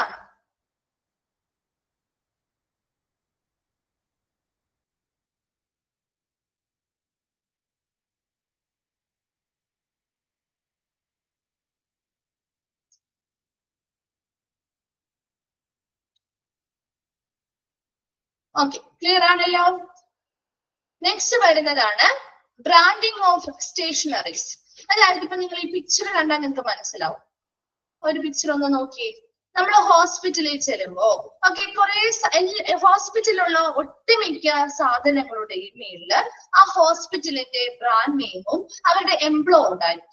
കണ്ടിട്ടുണ്ടോ? ഒരു ഹോസ്പിറ്റലിൽ നിന്ന് ജസ്റ്റ് ഒരു ലെറ്റർ പാഡോ അല്ലെങ്കിൽ ഒരു ലെറ്റർ ആയിക്കോട്ടെ, എന്ത് കിട്ടിക്കോട്ടെ, ഒരു റിസൾട്ട്, ഇപ്പൊ നമുക്കൊരു ലാബ് റിസൾട്ടോ അല്ലെങ്കിൽ എന്തെങ്കിലും ഒരു പേപ്പർ കട്ടിങ്സോ കാര്യങ്ങളോ അല്ലെങ്കിൽ ബ്രോഷേഴ്സോ അങ്ങനെ എന്തും കിട്ടിക്കോട്ടെ, അതിലെല്ലാത്തിലും ആ ഹോസ്പിറ്റലിന്റെ പേരും ആ എംപ്ലോ ഉണ്ടായിരുന്നു. കണ്ടിട്ടുണ്ടോ നിങ്ങള്? ഇപ്പൊ ഹോസ്പിറ്റലിൽ നിന്ന് കിട്ടുന്ന ചില പേനകളിലോ പെൻസിലുകളോ വരെയും അവരുടെ ആ ഒരു പേരും കാര്യങ്ങളും ഒക്കെ രേഖപ്പെടുത്തിയിട്ടുണ്ടാവും. അതിനെയാണ് ശരിക്കും ബ്രാൻഡിങ് ഓഫ് സ്റ്റേഷനറീസ് എന്ന് പറയുന്നത്. ഇവിടെ കണ്ടോ, ക്ലോക്കുകളിൽ വരെ ഉണ്ടാവും. ശ്രദ്ധിച്ചിട്ടുണ്ടോ അത്? ആ ഹോസ്പിറ്റലിൽ ചെല്ലുമ്പോ അവരുടെ യൂണിഫോമുകളിൽ ഉണ്ടാവും, അവരുടെ പേനകളിൽ അല്ലെങ്കിൽ അവിടെ ഉപയോഗിക്കുന്ന മെഷീനറീസുമായി ബന്ധപ്പെട്ടുള്ളവിടെ ഉണ്ടാവും, മോണിറ്റർ സ്ക്രീനുമായി ബന്ധപ്പെട്ട് അതിന്റെ ബാക്ക് സൈഡിൽ ഉണ്ടാവും, അതുപോലെ ക്ലോക്കുകളിൽ ഉണ്ടാവും. അങ്ങനെ എന്തിലും അവരുടെ ആ ഒരു ബ്രാൻഡ് നെയിം അല്ലെങ്കിൽ ആ ഒരു ഹോസ്പിറ്റലിന്റെ ആ ലെറ്റർ പാഡുകളിൽ ഉണ്ടാവും. അങ്ങനെ എല്ലാത്തിലും ഉണ്ടാവും അല്ലെ. അപ്പൊ അവിടെ നിന്ന് നമുക്ക് എന്തൊക്കെ റിസൾട്ട് കാര്യങ്ങൾ കിട്ടിയിട്ടുണ്ടോ അതിടുന്ന ആ ഒരു കവർ പാഡിൽ വരെയും ഇവരുടെ എന്തുണ്ടാവും, ബ്രാൻഡ് നെയിമുകളും കാര്യങ്ങളും ഒക്കെ ഉണ്ടാവും. ഇപ്പൊ നിങ്ങൾ കണ്ടിട്ടുണ്ടാവായിരിക്കും, നമ്മൾ ഈ ഒരു എക്സ്റേ കാര്യങ്ങളൊക്കെ എടുത്ത് നമുക്ക് ആ ഒരു റിസൾട്ട് കിട്ടണമെങ്കിൽ നമ്മൾ പറയുമ്പോൾ അവരിട്ട് തരുന്ന ആ ഒരു കവറിന്റെ പുറത്ത് അവരുടെ കൊടുക്കുന്ന എല്ലാ സർവീസുകളും എഴുതിയിട്ടുണ്ടാവും അല്ലെ. കണ്ടിട്ടുണ്ടോ? എല്ലാ സർവീസുകളും എഴുതിയിട്ടുണ്ടാവും ആ ഒരു ഹോസ്പിറ്റലിൽ കൊടുക്കുന്ന ഈ ഒരു ഡിപ്പാർട്ട്മെന്റുമായി ബന്ധപ്പെട്ട എല്ലാ കാര്യങ്ങളും. അത് മറ്റുള്ളവർ ആ ഒരു കൊണ്ടുപോകുന്ന സമയത്ത് മറ്റുള്ളവർ അത് കാണുമ്പോൾ സ്വാഭാവികമായിട്ടും വായിക്കാനും അതിനെ കുറിച്ച് അറിയാനും വേണ്ടിയിട്ടൊക്കെ തന്നെയാണ്. അപ്പൊ ഇവിടെയും അത് തന്നെ ഉദ്ദേശിക്കുന്നത്. ബ്രാൻഡിങ് ഓഫ് സ്റ്റേഷനറീസ് എന്ന് പറഞ്ഞാൽ ആ ഒരു ഹോസ്പിറ്റലിന്റെ പേരും അതുപോലെ തന്നെ എംപ്ലോ ഒക്കെ എന്തായാലും നിർബന്ധമായിട്ടും അത് ഈ പറയുന്ന ഹോസ്പിറ്റൽ ഉപയോഗിക്കുന്നതാവാം. ഇല്ലെങ്കിൽ ചിലപ്പോൾ അവരെന്ത് ചെയ്യുന്നു, ചിലപ്പോ മറ്റെന്തെങ്കിലും സ്ഥാപനങ്ങളിലേക്ക് കൊടുക്കാറുണ്ട്. ഇപ്പൊ ഡൊണേഷൻസ് പോലെ. ഇപ്പൊ നമ്മുടെയൊക്കെ എന്താണ്, ചിലപ്പോ ഈ കുട്ടികളൊക്കെ ഇങ്ങനെ, ഇപ്പൊ അതിന് ജസ്റ്റ് ഒരു എക്സാമ്പിൾ പറയുന്നതാണ് കേട്ടോ. ഇപ്പൊ നമ്മുടെ സ്കൂളിലെ കുട്ടികൾക്ക് വേണ്ടിയിട്ട് ചിലപ്പോ കുറച്ച് ബാഗുകൾ സ്പോൺസർ ചെയ്യാം. ഒരു ഹോസ്പിറ്റലിൽ ചെയ്യുന്നതാവാം കേട്ടോ. ഒരു ബാഗ് സ്പോൺസർ ചെയ്യാണ്, അല്ലെങ്കിൽ മറ്റെന്തെങ്കിലും സാധനങ്ങൾ സ്പോൺസർ ചെയ്യാണ്. അപ്പൊ അതിന്റെ പേരിൽ ഇപ്പൊ അങ്ങനെ സ്പോൺസർ ചെയ്യുന്നതിന് കിട്ടുന്നതിന്റെ മുകളിലൊക്കെ നിങ്ങൾ കണ്ടിട്ടില്ലേ, അവരുടെ പേരുണ്ടാവും. ആരാണോ സ്പോൺസർ ചെയ്തിട്ടുള്ളത് അവരുടെ പേരുണ്ടാവും അല്ലെ. അപ്പൊ അത് കൊണ്ടുപോകുന്ന ആളുകൾ അല്ലെങ്കിൽ അത് കൊണ്ടുപോകുമ്പോൾ അതിലൂടെ മറ്റുള്ളവർ അറിയണം ഈ ഇന്ന സ്ഥാപനമാണ് ഇത് ബ്രാൻഡ് ചെയ്ത് അല്ലെങ്കിൽ ഇത് സ്പോൺസർ ചെയ്തിരിക്കുന്നത് അല്ലെ എന്നറിയാൻ വേണ്ടിയിട്ട്. അതിലൂടെ അവരുടെ പബ്ലിസിറ്റി തന്നെയാണ് അവർ ഉദ്ദേശിക്കുന്നത്. അത് തന്നെയാണ് branding of school and office stationeries has been proved as an effective indirect marketing. അപ്പൊ ഹോസ്പിറ്റൽ ഉപയോഗിക്കുന്ന സ്റ്റേഷനറീസ് മാത്രമല്ല മറ്റുള്ള രീതിയിലുള്ള ഡൊണേഷൻസോ കാര്യങ്ങളോ ഒക്കെ ഹോസ്പിറ്റല് ഇങ്ങനെ ചെയ്യുമ്പോൾ സ്വാഭാവികമായിട്ടും അത് അവരുടെ പേരും എംബ്ലോ ഒക്കെ വെച്ച് തന്നെയായിരിക്കും അവരത് ചെയ്യുന്നത്. ക്ലിയർ ആണോ? ബ്രാൻഡിംഗ് ഓഫ് സ്റ്റേഷനറീസ് ജസ്റ്റ് അത്ര മാത്രം മനസ്സിലാക്കാനുള്ളൂ കേട്ടോ. ഓക്കെ ആണോ?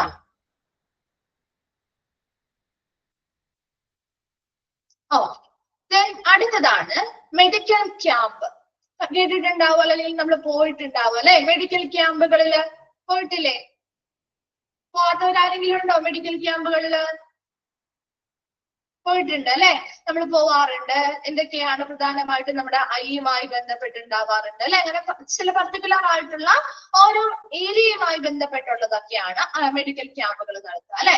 ഇങ്ങനെയുള്ള മെഡിക്കൽ ക്യാമ്പുകൾ നടത്തുമ്പോ ഇതിന്റെ പ്രധാന ഉദ്ദേശം എന്ന് പറയുന്നത് ആ ഹോസ്പിറ്റലിലേക്ക് ആളുകളെ കൊണ്ടുവരിക അല്ലെങ്കിൽ കസ്റ്റമേഴ്സിനെ കൂടുതൽ കിട്ടുക എന്നുള്ളതാണ് അല്ലെ. ഇപ്പൊ ഒരു കണ്ണിന്റെ ക്യാമ്പ് അതായിരിക്കും കൂടുതൽ ആളുകൾ അറ്റൻഡ് ചെയ്തിട്ടുണ്ടാവുക അല്ലെ.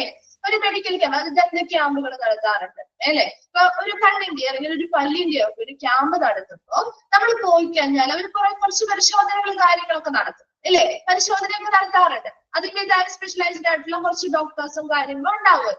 അപ്പൊ അവരിങ്ങനെയുള്ള പരിശോധനകൾ നടത്തിയിട്ട് ചെറിയ രീതിയിലുള്ള കാര്യങ്ങളാണെങ്കിൽ ഓക്കെയാണ് മരുന്ന് തന്നു വിടാം എന്നുള്ള രീതിയിൽ. എന്നാൽ ഇച്ചിരി കൂടി ഒരു പ്രശ്നം ഒരുവിധമൊക്കെ പെട്ടവരൊക്കെ അവരെന്താ പറയാ, അവരെന്ത് ചെയ്യും? മരുന്നിൽ മാറ്റാൻ പറ്റുന്നതാണെങ്കിൽ കൂടി അവരെന്താ പറയാ നമ്മുടെ അടുത്ത്? ആ ഹോസ്പിറ്റലിലേക്ക് ഇന്നൊരു നമ്പർ തരും, അതിൽ വിളിച്ച് ബുക്ക് ചെയ്തിട്ട് വരാനല്ലേ പറയുന്നത് അല്ലെ. കൂടുതൽ ചെക്കിങ്ങും കാര്യങ്ങളും നടത്താൻ വേണ്ടിയിട്ട് വരാൻ പറയും. അപ്പൊ ഈ ഒരു മെഡിക്കൽ ക്യാമ്പിൽ നിന്ന് വന്നത് കൊണ്ട് തന്നെ നിങ്ങൾക്ക് ഇത്ര പെർസെന്റേജ് ഡിസ്കൗണ്ട് ഉണ്ടാവും എന്ന് പറയും. കേട്ടിട്ടുണ്ടോ? റെഫർ ചെയ്യും. റെഫർ ചെയ്യുമ്പോ അവര് പറയും നമ്മൾ ഈ ഒരു മെഡിക്കൽ ക്യാമ്പിന്റെ ഭാഗമായിട്ട് നിങ്ങൾ വരുന്നത് കൊണ്ട് തന്നെ നിങ്ങൾക്ക് ഇത്ര ഫുൾ എമൗണ്ട് ഒന്നും ആ ഒരു ട്രീറ്റ്മെന്റിന് വേണ്ടി എടുക്കേണ്ടതായിട്ട് വരില്ല, കുറവുകൾ കാര്യങ്ങളൊക്കെ ഉണ്ടാവും എന്ന് പറയാറുണ്ട് അല്ലേ? പറയാറുണ്ടോ? അതെ. അപ്പൊ അവരെന്താ ഇവിടെ ഉദ്ദേശിക്കുന്നത്? ഒത്തിരി ആളുകൾ, ഒരു മെഡിക്കൽ ക്യാമ്പ് എന്ന് പറഞ്ഞാൽ സ്വാഭാവികമായിട്ടും ഒത്തിരി ആളുകൾ ചെയ്യും അല്ലെ. അപ്പൊ ആ ആളുകൾ മുഴുവൻ ഓരോരോ ഏരിയയിലും ഇങ്ങനെയുള്ള മെഡിക്കൽ ക്യാമ്പുകൾ നടത്തുമ്പോ ആ ഏരിയയിലുള്ള ഒരു ഭൂരിഭാഗം ആളുകളെയും നമുക്ക് ആ ഹോസ്പിറ്റലിലേക്ക് കൊണ്ടുവരാനായിട്ട് സാധിക്കുന്ന ഒരു മെത്തേഡാണ് മെഡിക്കൽ ക്യാമ്പുകൾ എന്ന് പറയുന്നത് കേട്ടോ. അപ്പൊ നോക്കി, the pulse of the hospital is their OP അല്ലെങ്കിൽ ഔട്ട് പേഷ്യന്റ്.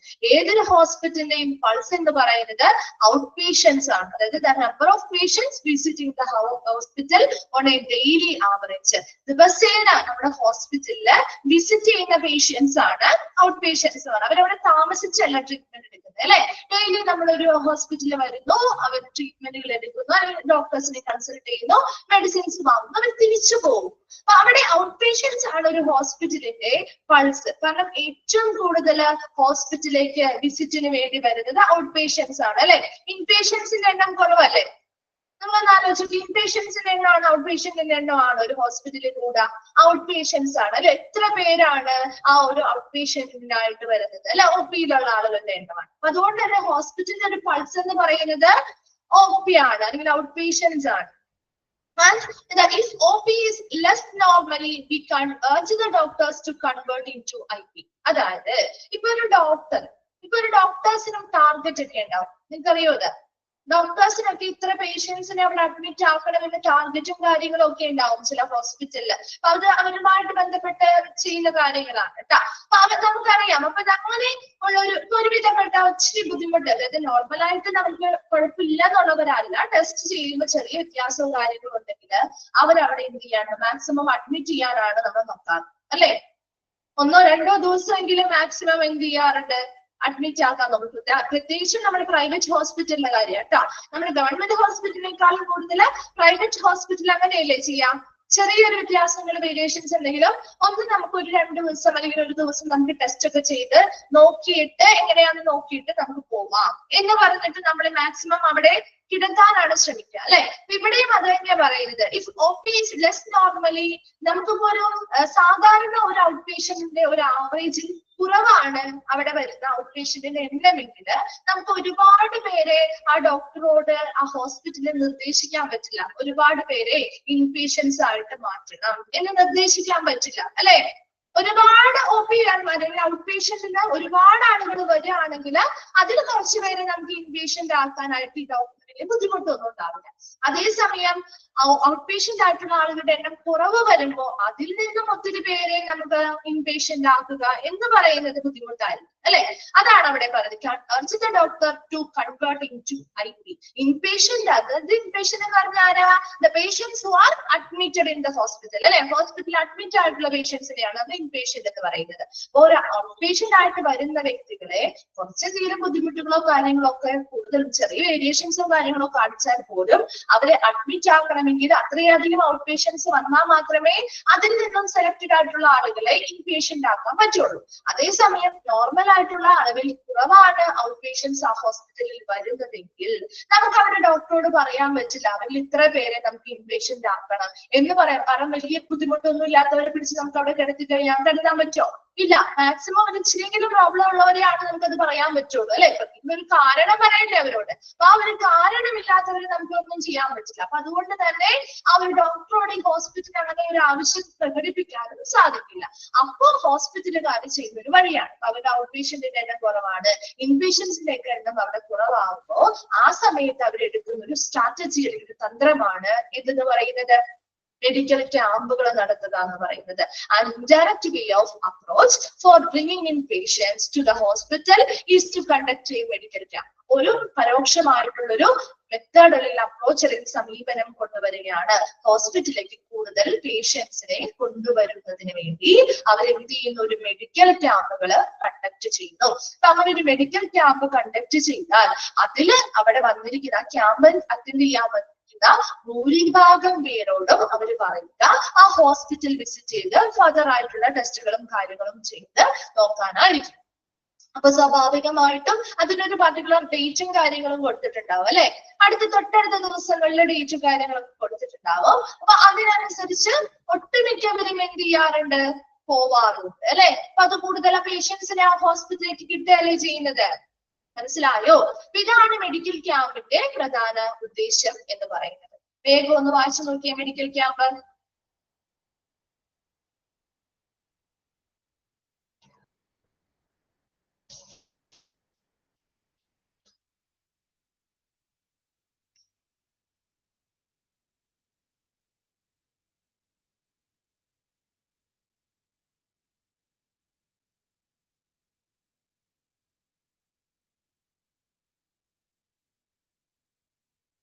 വായിച്ചു കഴിയുമ്പോ ഒന്ന് റിപ്ലൈ ചെയ്യണം കേട്ടോ.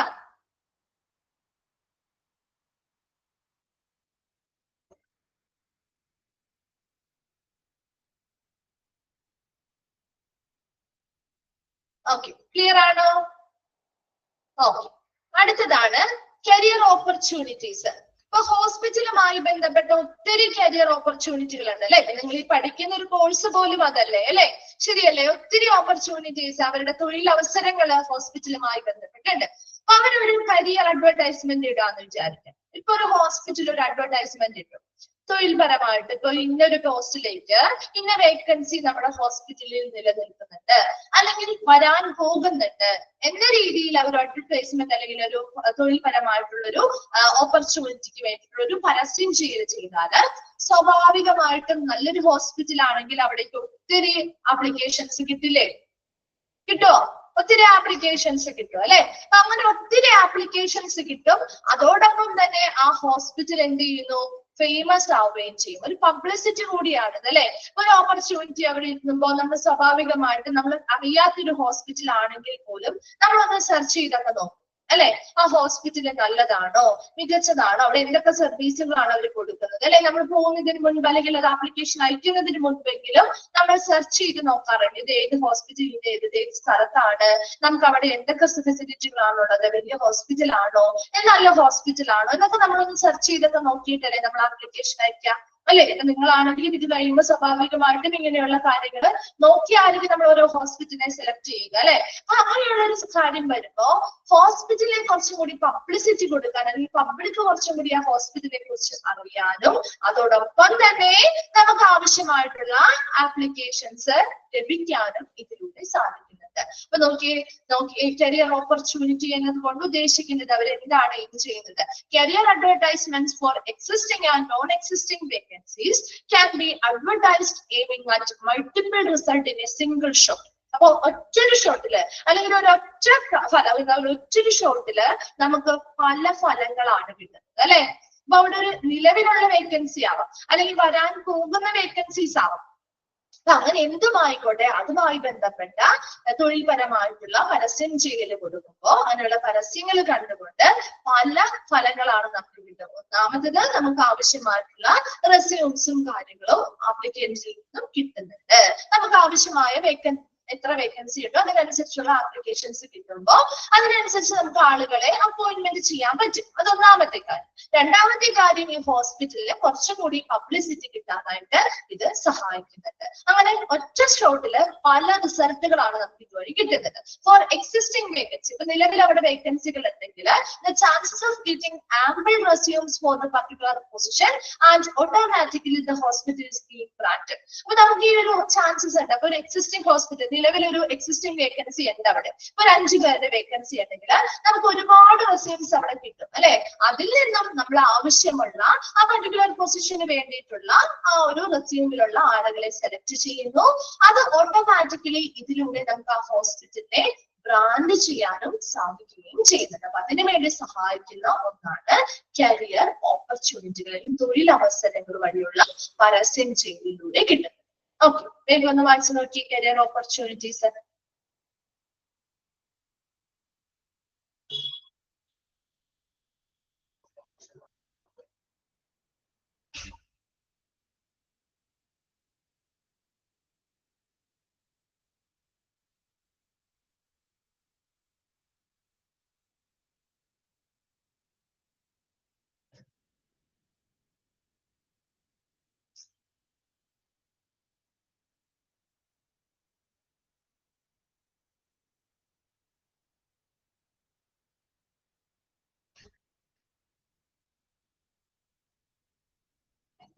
ഓക്കെ, ക്ലിയർ ആണോ കരിയർ ഓപ്പർച്യൂണിറ്റീസ്?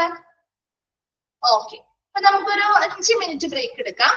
നെക്സ്റ്റ് മിസ് ഒരു half an hour miss continue ചെയ്യാം കേട്ടോ. മാൻഡ്രോസ് മാം ലീവാണ്. ഒരു ഹാഫ് ആൻ അവർ 12 o'clock വരെയും മിസ് കണ്ടിന്യൂ ചെയ്യാം. അപ്പൊ നമ്മുടെ ഈ ഒരു ചാപ്റ്റർ ഇപ്പൊ തന്നെ കുറച്ച് ഭാഗം കൂടി ഉള്ളൂ. അത് കഴിഞ്ഞ് പുതിയൊരു ചാപ്റ്റർ സ്റ്റാർട്ട് ചെയ്ത് വെക്കാം കേട്ടോ. ഒരു 5 മിനിറ്റ്സ് 35 ആവുമ്പോൾ നമുക്ക് സ്റ്റാർട്ട് ചെയ്യാം കേട്ടോ. ആരും ലീവ് ചെയ്ത് പോവണ്ട കേട്ടോ. ഓക്കെ.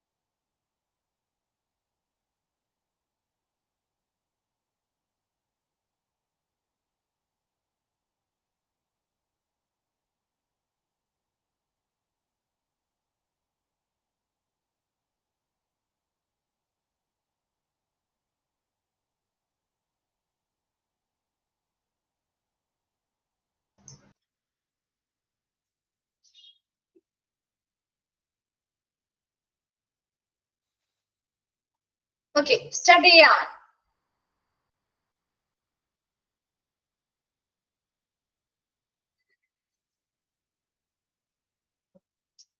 ഓക്കെ, നെക്സ്റ്റ് വരുന്നതാണ് ആസ്ക് യുവർ ഡോക്ടർ.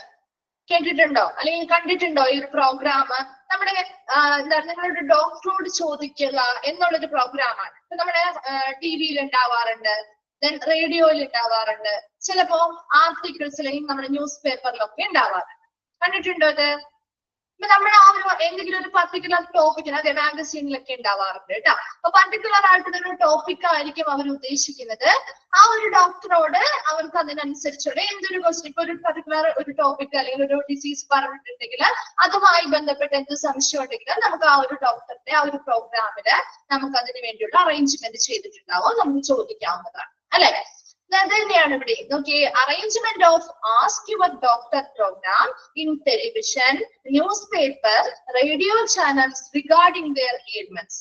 നമ്മുടെ അസുഖം അല്ലെങ്കിൽ അവരുടെ അസുഖം എന്താണോ അതുമായി ബന്ധപ്പെട്ട പ്രത്യേക കാര്യങ്ങളെ കുറിച്ച് നമുക്ക് എന്ത് ചെയ്യാം, ഈ ഒരു ചാനലിലൂടെ, ഇപ്പൊ ഒരു ടെലിവിഷനിലൂടെ ആവാം, അല്ലെങ്കിൽ നേരിട്ട് നമുക്ക് ഫോൺ കോളിലൂടെയൊക്കെ, ഇപ്പൊ ന്യൂസ് പേപ്പറിലൂടെ ആണെങ്കിൽ എഴുതി ലെറ്റർ പോലെയൊക്കെ നമുക്ക് എഴുതി നമുക്ക് സംശയങ്ങൾ ചോദിക്കാവുന്നതാണ്. And specific ailment, its symptoms and an epidemic are discussed here. അപ്പൊ പ്രത്യേകമായിട്ടുള്ള എന്തെങ്കിലും അസുഖങ്ങളെ കുറിച്ചോ അല്ലെങ്കിൽ അതിന്റെ ലക്ഷണങ്ങളെ കുറിച്ചോ അല്ലെങ്കിൽ ഒരു സാംക്രമിക രോഗങ്ങൾ അല്ലെങ്കിൽ പകർച്ചവ്യാധികളെ കുറിച്ചൊക്കെയാണ് പ്രധാനമായിട്ടും ഈ ഒരു ക്ലാസ്സുകൾ അല്ലെങ്കിൽ ഈ ഒരു ടോപ്പിക്കിൽ ഡിസ്കസ് ചെയ്യാറ് അല്ലെ. ഒരു ആസ്ക് യുവർ ഡോക്ടർ പ്രോഗ്രാം. അപ്പൊ പർട്ടിക്കുലർ ഡോക്ടർ ഏത് ഹോസ്പിറ്റലിലാണ് വർക്ക് ചെയ്യുന്നത് എന്നൊക്കെ പറഞ്ഞിട്ടുണ്ടാവും അല്ലെ. ആദ്യം തന്നെ അവർ പറയാറില്ലേ, ഇന്ന ഡോക്ടർ ഇന്ന ഹോസ്പിറ്റലിൽ ഇന്ന വിഭാഗത്തില് വർക്ക് ചെയ്യുന്ന ഡോക്ടറാണ്, അങ്ങനെയൊക്കെ പറഞ്ഞാണ് അവർ ആ ഒരു ടോപ്പിക് സ്റ്റാർട്ട് ചെയ്യുന്നത്, അല്ലെങ്കിൽ ഒരു പ്രോഗ്രാം തുടങ്ങുന്നത്.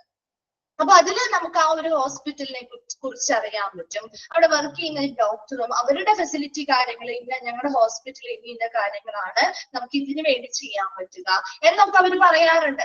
അപ്പൊ അതൊക്കെ പ്രധാനമായിട്ടും ആ ഡോക്ടറിലൂടെ അല്ലെങ്കിൽ ഇങ്ങനെ ഒരു പ്രോഗ്രാം നടത്തുന്നതിലൂടെ അവർക്ക് ആ ഹോസ്പിറ്റലിനെ കുറച്ചും കൂടി എന്ത് ചെയ്യുക, മറ്റുള്ളവരിലേക്ക് അറിയിക്കുന്നതിന് വേണ്ടിയിട്ട് ചെയ്യുന്ന കാര്യങ്ങളാണ്. അതോടൊപ്പം അറിവും ആളുകൾക്ക് കൊടുക്കുന്നുണ്ട്, എന്നാൽ പോലും രണ്ട് വശം ഉണ്ടല്ലോ. അതിൽ ഒരു വശം അവിടെ ആളുകൾക്ക് പർട്ടിക്കുലർ ആയിട്ടുള്ള പ്രത്യേക രോഗാവസ്ഥകളെ കുറിച്ച് അല്ലെങ്കിൽ അസുഖങ്ങളെ കുറിച്ച് അവർക്ക് അറിയാനും അതിന്റെ ലക്ഷണങ്ങളെ കുറിച്ചും പകർച്ചവ്യാധികളെ കുറിച്ചൊക്കെ അറിയാനുള്ള ഒരു അറിവ് നമ്മൾ കൊടുക്കുന്നുണ്ട്.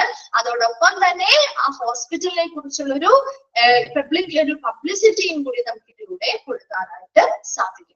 ക്ലിയർ ആണോ? ആസ്ക് യുവർ ഡോക്ടർ ഒരു പ്രോഗ്രാമാണ് കേട്ടോ. ഓക്കെ അല്ലേ? ഇതിന് കൂടുതൽ അറിയാവുന്ന കാര്യമാണല്ലോ.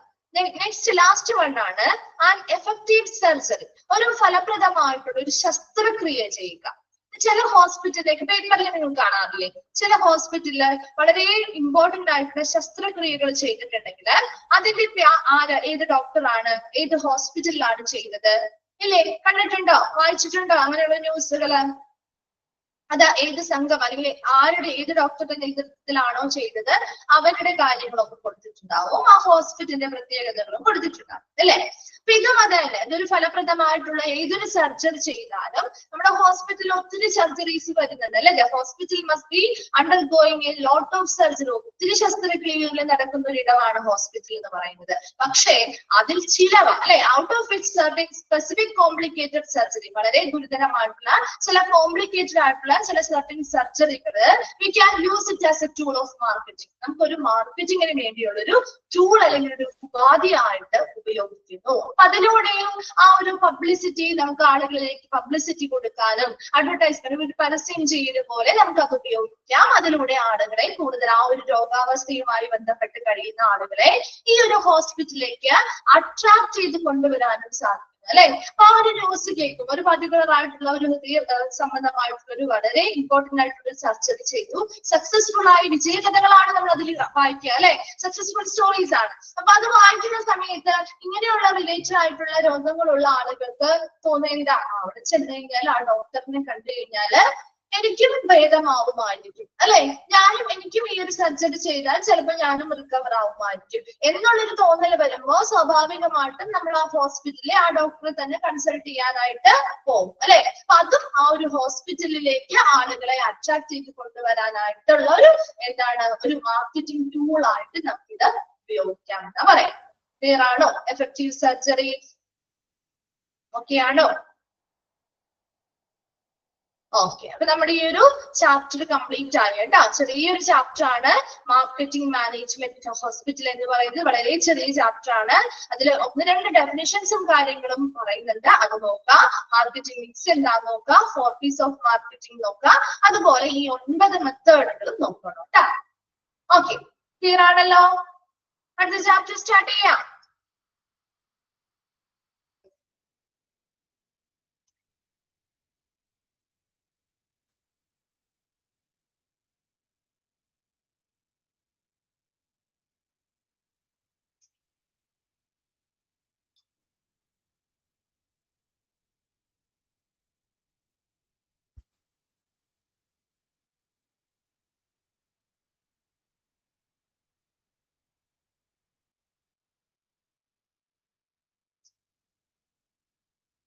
നെക്സ്റ്റ് ചാപ്റ്റർ ആണ്, ലാസ്റ്റ് ചാപ്റ്റർ ആണ് അക്രഡിറ്റേഷൻ എന്ന് പറയുന്ന ചാപ്റ്റർ. ഓക്കെ, നമ്മൾ പഠിച്ചതാണ് അല്ലെ, നാബുമായി ബന്ധപ്പെട്ട് ക്വാളിറ്റി മാനേജ്മെന്റ്, നാബ് ഇപ്പൊ പഠിച്ചതല്ലേ നിങ്ങള്? അക്രഡിറ്റേഷൻ എന്താണ്? അക്രഡിറ്റേഷൻ എന്ന് പറഞ്ഞാല് എന്താണ് ഒരു അക്രഡിറ്റേഷൻ? എന്താണ് ഒരു അക്രഡിറ്റേഷൻ എന്ന് പറഞ്ഞാല്? ഒരു ഹോസ്പിറ്റലുമായി ഒരു അംഗീകാരം ലഭ്യമാക്കുക എന്നുള്ളത് തന്നെയാണ് അല്ലെ. അപ്പൊ ഒരു വെറുതെ ഒരു അംഗീകാരം ലഭ്യമാവോ അവർക്ക്? എങ്ങനെയാണ് ഒരു അംഗീകാരം കിട്ടുന്നത് അവർക്ക്? എന്തിലൂടെയാണ്? എന്തിലൂടെയാ ഒരു അംഗീകാരം അല്ലെങ്കിൽ ആ ഒരു അക്രഡിറ്റേഷൻ കിട്ടുന്നത്? എല്ലാ ഹോസ്പിറ്റലും കൊടുക്കോ? ഇല്ല അല്ലെ. ചില പർട്ടിക്കുലർ ഹോസ്പിറ്റൽസിന് മാത്രം. അതെ, അവർ വെരി ഗുഡ്. അവർ സ്റ്റാൻഡേർഡ്സ് അല്ലെങ്കിൽ ഗുണനിലവാരം അല്ലെങ്കിൽ ആ ക്വാളിറ്റിയുമായി ബന്ധപ്പെട്ട സ്റ്റാൻഡേർഡ്സ് പാലിക്കുന്ന, അവർ പറഞ്ഞിരിക്കുന്ന കൃത്യമായ സ്റ്റാൻഡേർഡ്സ് പാലിക്കുന്ന ആളുകൾക്ക് മാത്രം അല്ലെങ്കിൽ സ്ഥാപനങ്ങൾക്ക് മാത്രമാണ് അവര് അക്രഡിറ്റേഷൻ അല്ലെങ്കിൽ അംഗീകാരങ്ങൾ ലഭ്യമാകുക അല്ലെ. ഇവിടെയും അത് തന്നെയാ പറയുന്നത്. ഈ ഒരു ചാപ്റ്റർ ഒരു ലെങ്തി ചാപ്റ്റർ ആണ്. അപ്പൊ ഒരു അക്രഡിറ്റേഷന് ആദ്യ ഭാഗം മിസ്സായിരിക്കും എടുക്കുക കേട്ടോ. കുറച്ച് ലെങ്തി ചാപ്റ്റർ ആയതുകൊണ്ട് ഡിവൈഡ് ചെയ്തായിരിക്കും എടുക്കുക. അത് കൺഫേം ആയിട്ടില്ല. അത് ആദ്യത്തെ ഭാഗം മിസ്സായിരിക്കും എടുക്കുക കേട്ടോ.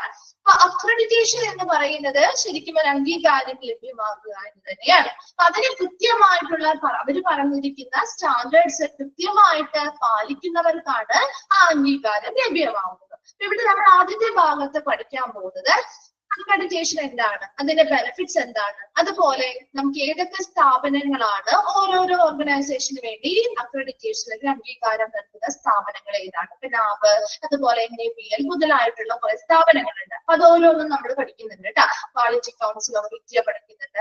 അങ്ങനെ കുറച്ച് കാര്യങ്ങളാണ് ആദ്യത്തെ ഭാഗത്ത് പറയുന്നത്. അപ്പൊ അതിൽ നമ്മൾ ജസ്റ്റ് ഒന്ന് സ്റ്റാർട്ട് ചെയ്ത് വെക്കാം. ആദ്യം ജസ്റ്റ് സിമ്പിൾ ആയിട്ടുള്ള കാര്യങ്ങൾ നമ്മൾ ഓൾറെഡി പഠിച്ച കാര്യങ്ങളും കാര്യമൊക്കെ തന്നെയാണ് പറയുന്നത് കേട്ടോ. വേറെ എക്സ്ട്രാ ഒരുപാട് അങ്ങ് ഡീറ്റെയിൽഡ് ആയിട്ടൊന്നും പറയുന്നില്ല. ഇതുപോലെ നമുക്ക് അക്രഡിറ്റേഷനുമായി ബന്ധപ്പെട്ട എല്ലാ സ്റ്റെപ്സ് അല്ലെങ്കിൽ പ്രോസസ്സുകളും ഒക്കെ പഠിക്കാനുണ്ട് കേട്ടോ.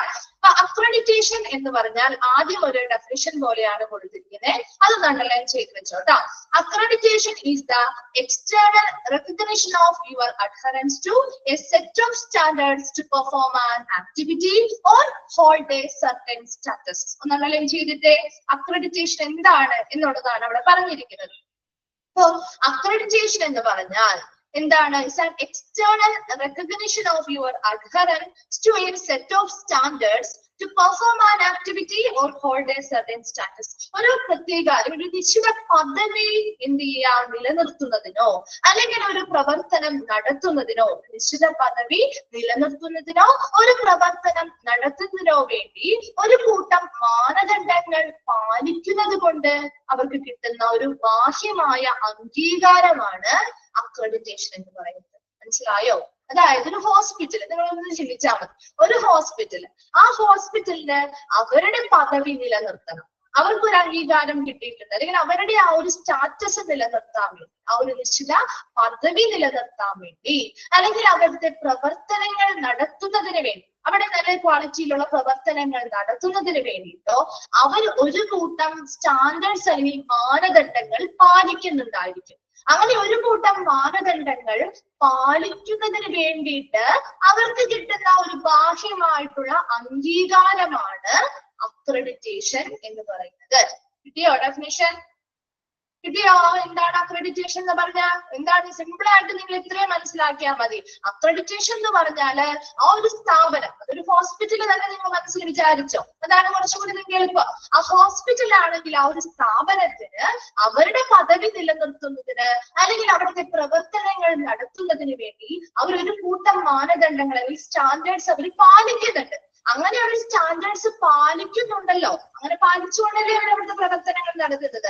അതിനു വേണ്ടി അവർ പാലിക്കുന്നത് കൊണ്ട് അവർക്ക് അതിനു വേണ്ടി കിട്ടുന്ന ഒരു ബാഹ്യമായൊരു അംഗീകാരമാണ് അക്രഡിറ്റേഷൻ എന്ന് പറയുന്നത്.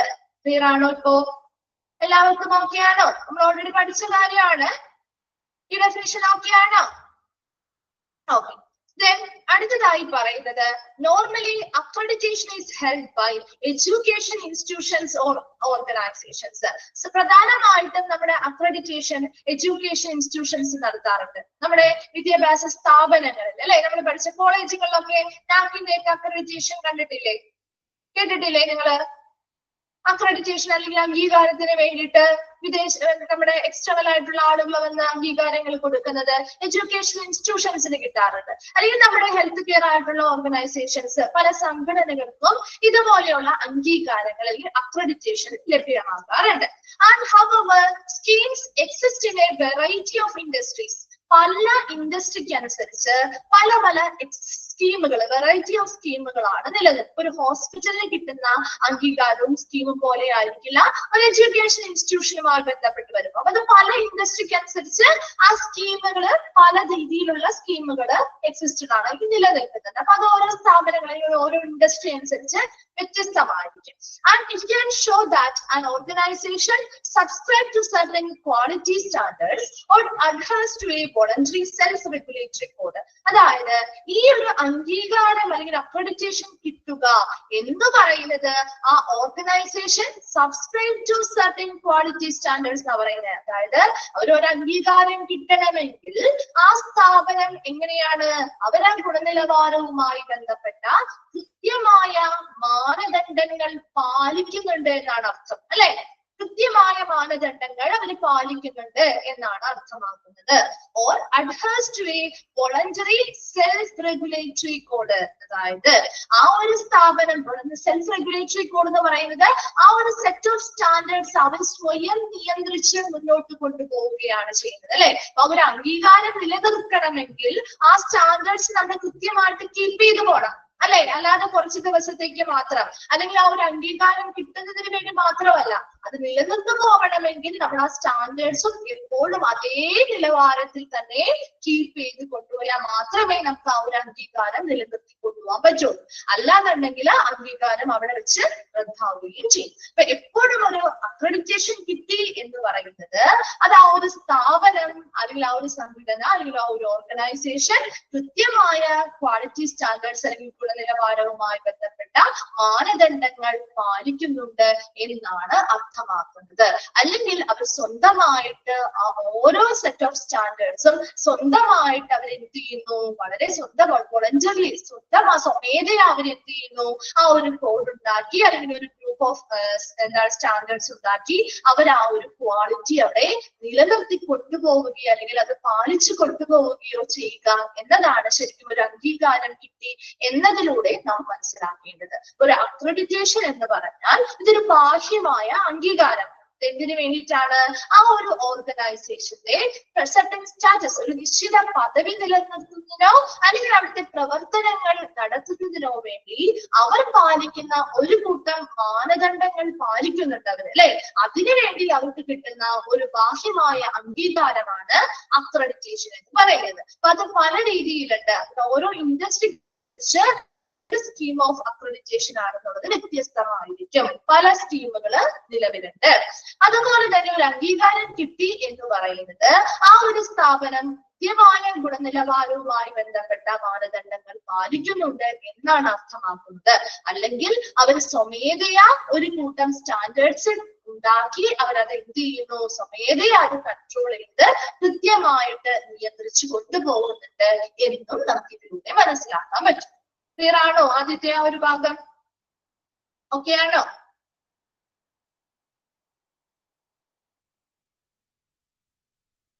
ഓക്കെ.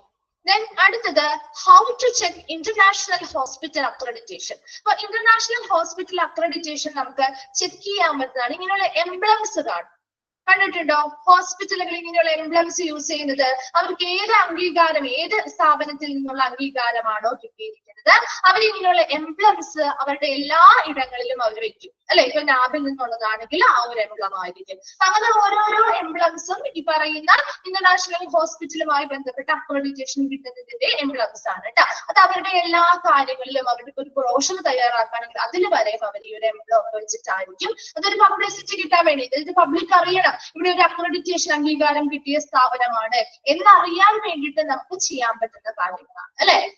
അടുത്തത് ജസ്റ്റ് അതൊന്ന് വായിച്ചു നോക്കിയാൽ മതി, നോക്കിയാൽ മതി കേട്ടോ. അടുത്തതാണ് സിനോണിംസ് ഫോർ അക്രഡിറ്റേഷൻ. ഒരു അക്രഡിറ്റേഷൻ എന്നൊരു വേർഡിന് നമുക്ക് എന്തൊക്കെ സിനോണിംസ് അല്ലെങ്കിൽ പര്യായങ്ങൾ ഉപയോഗിക്കാം? അതായത് അക്രഡിറ്റേഷൻ എന്ന് പറയുന്നത് നമ്മൾ പഠിച്ചിട്ടില്ലേ?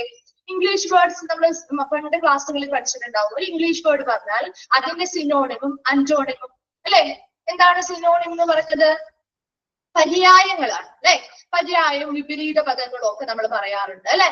ഓറിട്ട് പറയുന്നത് പര്യായ പദങ്ങൾ നമ്മൾ പറയും. അപ്പൊ ഇവിടെയും അക്രഡിറ്റേഷന് വേണ്ടി നമുക്ക് പര്യായമായിട്ട് അല്ലെങ്കിൽ സിനോണിമായിട്ട് ഉപയോഗിക്കാൻ പറ്റുന്ന കുറച്ച് വേർഡ്സ് അല്ലെങ്കിൽ ടേംസ് ആണ് കൊടുത്തിരിക്കുന്നത്. അപ്പൊ ഇത് എന്ത് പറഞ്ഞാലും അതിന്റെ അർത്ഥം എന്ന് പറഞ്ഞാൽ അക്രഡിറ്റേഷൻ തന്നെയാണ് കേട്ടോ. അത് ജസ്റ്റ് ഒന്ന് വായിക്കാം. അപ്പൊ അതിൽ അക്രഡിറ്റേഷന്റെ സിനോണിംസിൽ ഉൾപ്പെടുന്നത് ഏത് അല്ലെങ്കിൽ ഉൾപ്പെടാത്തത് ഏത് എന്ന് ചോദിക്കാം കേട്ടോ. അപ്പൊ ഈ ഒരു 5 എണ്ണം ഒന്ന് മനസ്സിലാക്കി വെച്ചേക്കണം കേട്ടോ. കാരണം ഇതിൽ 5 എണ്ണവും നിങ്ങൾക്ക് അറിയില്ലെന്നുണ്ടെങ്കിൽ ഇതിൽ ഏതെങ്കിലും വേർഡ് വേറൊരെണ്ണം കൊണ്ടുവന്നു കഴിഞ്ഞാല് ഇൻക്ലൂഡഡ് ആവാത്തത് ഏത് എന്ന് ചോദിച്ചാൽ നിങ്ങൾക്ക് ചൂസ് ചെയ്യാൻ അറിയണം. അപ്പൊ അതുകൊണ്ട് ഈ 5 എണ്ണവും മനസ്സിലാക്കി വെച്ചാലേ പറ്റുള്ളൂ കേട്ടോ.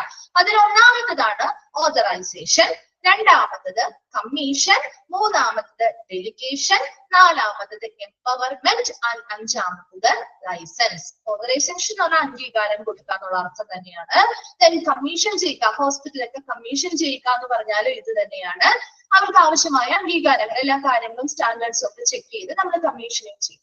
ദെൻ ഡെലിഗേഷൻ എന്ന് വെച്ചാൽ എന്താ? അധികാരം ഏൽപ്പിക്കുക എന്നുള്ള അർത്ഥമാണ്.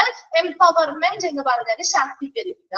ലൈസൻസ് നമുക്കറിയാം, ലൈസൻസ് കൊടുക്കുക എന്നുള്ള ഈ എല്ലാ വേർഡും, ഈ 5 വേർഡും നമുക്കൊരു അക്രഡിറ്റേഷന് പര്യായ പദങ്ങളായിട്ട് അല്ലെങ്കിൽ സിനോണിംസ് ആയിട്ട് ഉപയോഗിക്കാൻ പറ്റുന്ന 5 വേർഡ്സ് ആണ് authorisation, commission, delegation, empowerment and licence. Okay ആണോ? ക്ലിയർ ആണോ? ജസ്റ്റ് അതൊന്ന് വായിച്ച് മനസ്സിലാക്കാം. അത് എന്താണ്, ഈ 5 എണ്ണവും ഏതാണ്, അതിൽ ഇൻക്ലൂഡഡ് ആവാത്തത് ഏത്, ഇൻക്ലൂഡഡ് ആയത് ഏത് എന്ന രീതിയിൽ ചോദിച്ചാൽ കൃത്യമായിട്ടുള്ള ആൻസർ ചൂസ് ചെയ്യാൻ അറിഞ്ഞിരിക്കണം. ഓക്കെ, അടുത്തതാണ് ബെനിഫിറ്റ്സ് ഓഫ് അക്രഡിറ്റേഷൻ. ഒരു അക്രഡിറ്റേഷന്റെ ബെനിഫിറ്റ്സ് ആണ് കേട്ടോ അടുത്തതായിട്ട് പറയുന്നത്.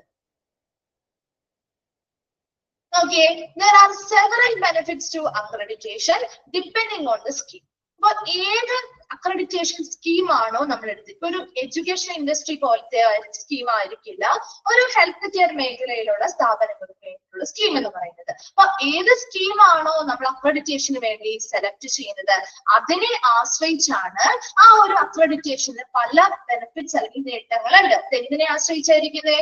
ഏത് സ്കീം ആണോ നമ്മൾ സെലക്ട് ചെയ്യുന്നത് അതിനനുസരിച്ച് നമുക്ക് നിരവധി ബെനിഫിറ്റ്സ് അല്ലെങ്കിൽ നേട്ടങ്ങൾ ഈ ഒരു അക്രഡിറ്റേഷൻ വഴി ഉണ്ടാകുന്നുണ്ട്. In general, 1 minute.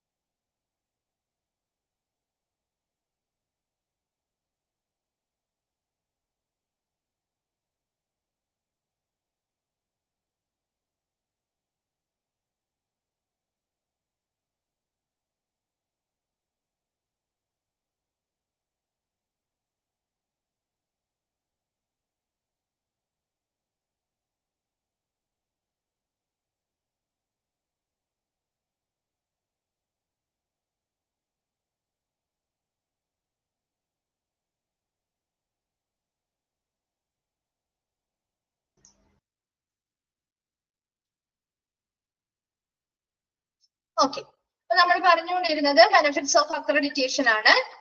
അക്രഡിറ്റേഷനുമായി ബന്ധപ്പെട്ട് എന്താ നമ്മൾ പറഞ്ഞത്? സെവറൽ ബെനിഫിറ്റ്സ് ആണ്. അതായത് ഒത്തിരി ബെനിഫിറ്റ്സ് അല്ലെങ്കിൽ നേട്ടങ്ങൾ ഈ അക്രഡിറ്റേഷനുമായി ബന്ധപ്പെട്ട് ആ ഒരു സ്ഥാപനത്തിനും മറ്റുള്ള പേഷ്യൻസിനും കിട്ടുന്നത്. അത് ഡിപ്പെൻഡിങ് ഓൺ ദ സ്കീം. ഏത് സ്കീമാണോ നമ്മൾ അക്രഡിറ്റേഷന് വേണ്ടി സെലക്ട് ചെയ്യുന്നത് അതിനനുസരിച്ചാണ് നമുക്ക് കിട്ടുന്ന ബെനിഫിറ്റ്സിലും മാറ്റങ്ങൾ ഉണ്ടാവും. In general it shows that the organisation takes their responsibilities seriously. ഒരു അംഗീകാരം കിട്ടി അല്ലെങ്കിൽ ഒരു അക്രഡിറ്റേഷൻ കിട്ടിയ സ്ഥാപനമാണെങ്കിൽ അവരുടെ ആ ഒരു റെസ്പോൺസിബിലിറ്റി അല്ലെങ്കിൽ ഉത്തരവാദിത്തം വളരെ ഗൗരവമായിട്ട് ചെയ്യുന്നുണ്ടെന്ന് നമുക്ക് മനസ്സിലാക്കാൻ പറ്റും അല്ലെ. ഒരു അക്രഡിറ്റേഷൻ കിട്ടുക എന്ന് പറയുമ്പോൾ അവർ ആ ക്വാളിറ്റി സ്റ്റാൻഡേർഡ്സ് അവിടെ നിലനിർത്തുന്നുണ്ട്. അതായത് അവർക്കൊരു അംഗീകാരം കിട്ടിയിട്ടുണ്ടെങ്കിൽ അത് അവരുടെ റെസ്പോൺസിബിലിറ്റി ആണ് അല്ലെ, ഉത്തരവാദിത്തമാണ് അവിടുത്തെ ആ ഒരു ക്വാളിറ്റി കീപ്പ് ചെയ്യാന്നുള്ളത്. അത് അവര് ഗൗരവമായിട്ട് അല്ലെങ്കിൽ സീരിയസ് ആയിട്ട് ചെയ്യുന്നുണ്ടെന്ന് നമുക്ക് ഉറപ്പുവരുത്താനായിട്ട് അല്ലെങ്കിൽ ഉറപ്പിക്കാനായിട്ട് സാധിക്കും. This gives confidence to external regulators and customers. ഇങ്ങനെ ഒരു അക്രഡിറ്റേഷൻ കിട്ടി അവർ ആ ക്വാളിറ്റി നിലനിർത്തുന്നുണ്ടെന്ന് നമുക്ക് ഉറപ്പുള്ളത് കൊണ്ട് തന്നെ അത് എക്സ്റ്റേണൽ റെഗുലേറ്റേഴ്സ് എന്ന് പറഞ്ഞാൽ ബാഹ്യമായിട്ടുള്ള നിയന്ത്രണം ചെയ്യുന്ന ആളുകൾ, അതായത് ഇപ്പൊ നമ്മുടെ ഒരു തേർഡ് പാർട്ടി പോലെ പ്രവർത്തിക്കുന്ന ആളുകളാണ് അല്ലെ. അതെ, പുറത്തു നിന്നുള്ളവര്. അതായത് ഇപ്പൊ നമ്മുടെ അക്രഡിറ്റേഷൻ ബോർഡുകൾ നന്നായിട്ട് പ്രവർത്തിക്കുന്നുണ്ടോ അത് എന്നുള്ളത് ഉറപ്പുവരുത്തുന്നത് ഈ എക്സ്റ്റേണൽ റെഗുലേറ്റേഴ്സ് ആണ്. അതുപോലെ തന്നെ അക്രഡിറ്റേഷന്റെ മൂല്യനിർണ്ണയത്തെ ആവശ്യമായ നിലവാരം അവര് ഉയർത്തിക്കൊണ്ടുവരാനോ അല്ലെങ്കിൽ ഉറപ്പുവരുത്തുന്നുണ്ടോ, അങ്ങനെയുള്ള എല്ലാ മാനദണ്ഡങ്ങളും അവർ കൃത്യമായിട്ട് ചെയ്യുന്നുണ്ടോ, അങ്ങനെയുള്ള എല്ലാ കാര്യങ്ങളും പരിശോധിക്കാൻ അല്ലെങ്കിൽ പുറമേ നിന്നുകൊണ്ട് മോണിറ്റർ ചെയ്യാനും അവർ ശരിയായ രീതിയിൽ പ്രവർത്തിക്കുന്നുണ്ടോ, കാര്യങ്ങൾ ചെയ്യുന്നുണ്ടോ എന്നൊക്കെ നിയന്ത്രിക്കുന്നതിന് വേണ്ടിയുള്ള ആളുകളാണ് എക്സ്റ്റേണൽ റെഗുലേറ്റേഴ്സ്. അതുപോലെ തന്നെ അവിടുത്തെ കസ്റ്റമേഴ്സ് ആരാ? ഒരു ഓർഗനൈസേഷൻ, ഒരു ഹോസ്പിറ്റലിന്റെ കസ്റ്റമർ ആരാണ്? പേഷ്യൻസ് ആണ് അല്ലെ. അപ്പൊ ഒരു പേഷ്യന്റിനായിക്കോട്ടെ ഇതുപോലെ ഒരു എക്സ്റ്റേണൽ റെഗുലേറ്ററിനും ഈ ഒരു അക്രഡിറ്റേഷൻ കിട്ടിയ സ്ഥാപനമായതുകൊണ്ട് തന്നെ ഒരു കോൺഫിഡൻസ് ആണ് ആ സ്ഥാപനത്തെ കുറിച്ച് അല്ലെ. അപ്പൊ നമ്മളൊരു അംഗീകാരം കിട്ടിയ ഒരു സ്ഥാപനത്തിലേക്ക് പോവാനായിട്ട് നമുക്ക് ഒരു യാതൊരുവിധ മടിയും വേണ്ട കാര്യമില്ല. കാരണം നമുക്കൊരു കോൺഫിഡൻസ് അല്ലെങ്കിൽ ധൈര്യം കിട്ടാണ്. കാരണം അവിടെ അക്രഡിറ്റേഷൻ കിട്ടിയിട്ടുണ്ടെങ്കിൽ അതിലൂടെ അർത്ഥമാക്കുന്നത് എന്താണ്? അവിടെ നല്ല ക്വാളിറ്റിയുള്ള സ്റ്റാൻഡേർഡ്സോട് കൂടിയുള്ള പ്രവർത്തനങ്ങളാണ് നടക്കുന്നത്. അതുകൊണ്ട് തന്നെ നമ്മൾ പോയാലും നമുക്കും അതേ രീതിയിലുള്ള സ്റ്റാൻഡേർഡ് അല്ലെങ്കിൽ ക്വാളിറ്റിയുള്ള ഉയർന്ന നിലവാരമുള്ള പരിചരണം കിട്ടും എന്നുള്ളൊരു ഉറപ്പ് നമുക്ക് ഇതിലൂടെ കൊടുക്കാനായിട്ട് സാധിക്കും അല്ലെ. And it can lead to more business. ആ ബിസിനസ് അവരുടെ ആ ഒരു സ്ഥാപനത്തിനുമായി ബന്ധപ്പെട്ട അല്ലെങ്കിൽ ഹോസ്പിറ്റലുമായി ബന്ധപ്പെട്ട ആ ഒരു ബിസിനസ് വർദ്ധിപ്പിക്കാൻ സഹായിക്കുന്നില്ലേ? ഇത് കൂടുതൽ പേഷ്യൻസിനെ ഇവിടേക്ക് കൊണ്ടുവരാൻ സാധിക്കുന്നില്ലേ? ഉണ്ട് അല്ലെ. Then more engagement. എന്താ? കൂടുതൽ ആളുകൾ ഈ ഒരു ഹോസ്പിറ്റലിലേക്ക് ഇടപെടലുകൾ നടത്താനും അതുവഴി അവരുടെ ആ ഒരു ബിസിനസ് വർദ്ധിപ്പിക്കാനും ഇതിലൂടെ സഹായകമാകുന്നുണ്ട്.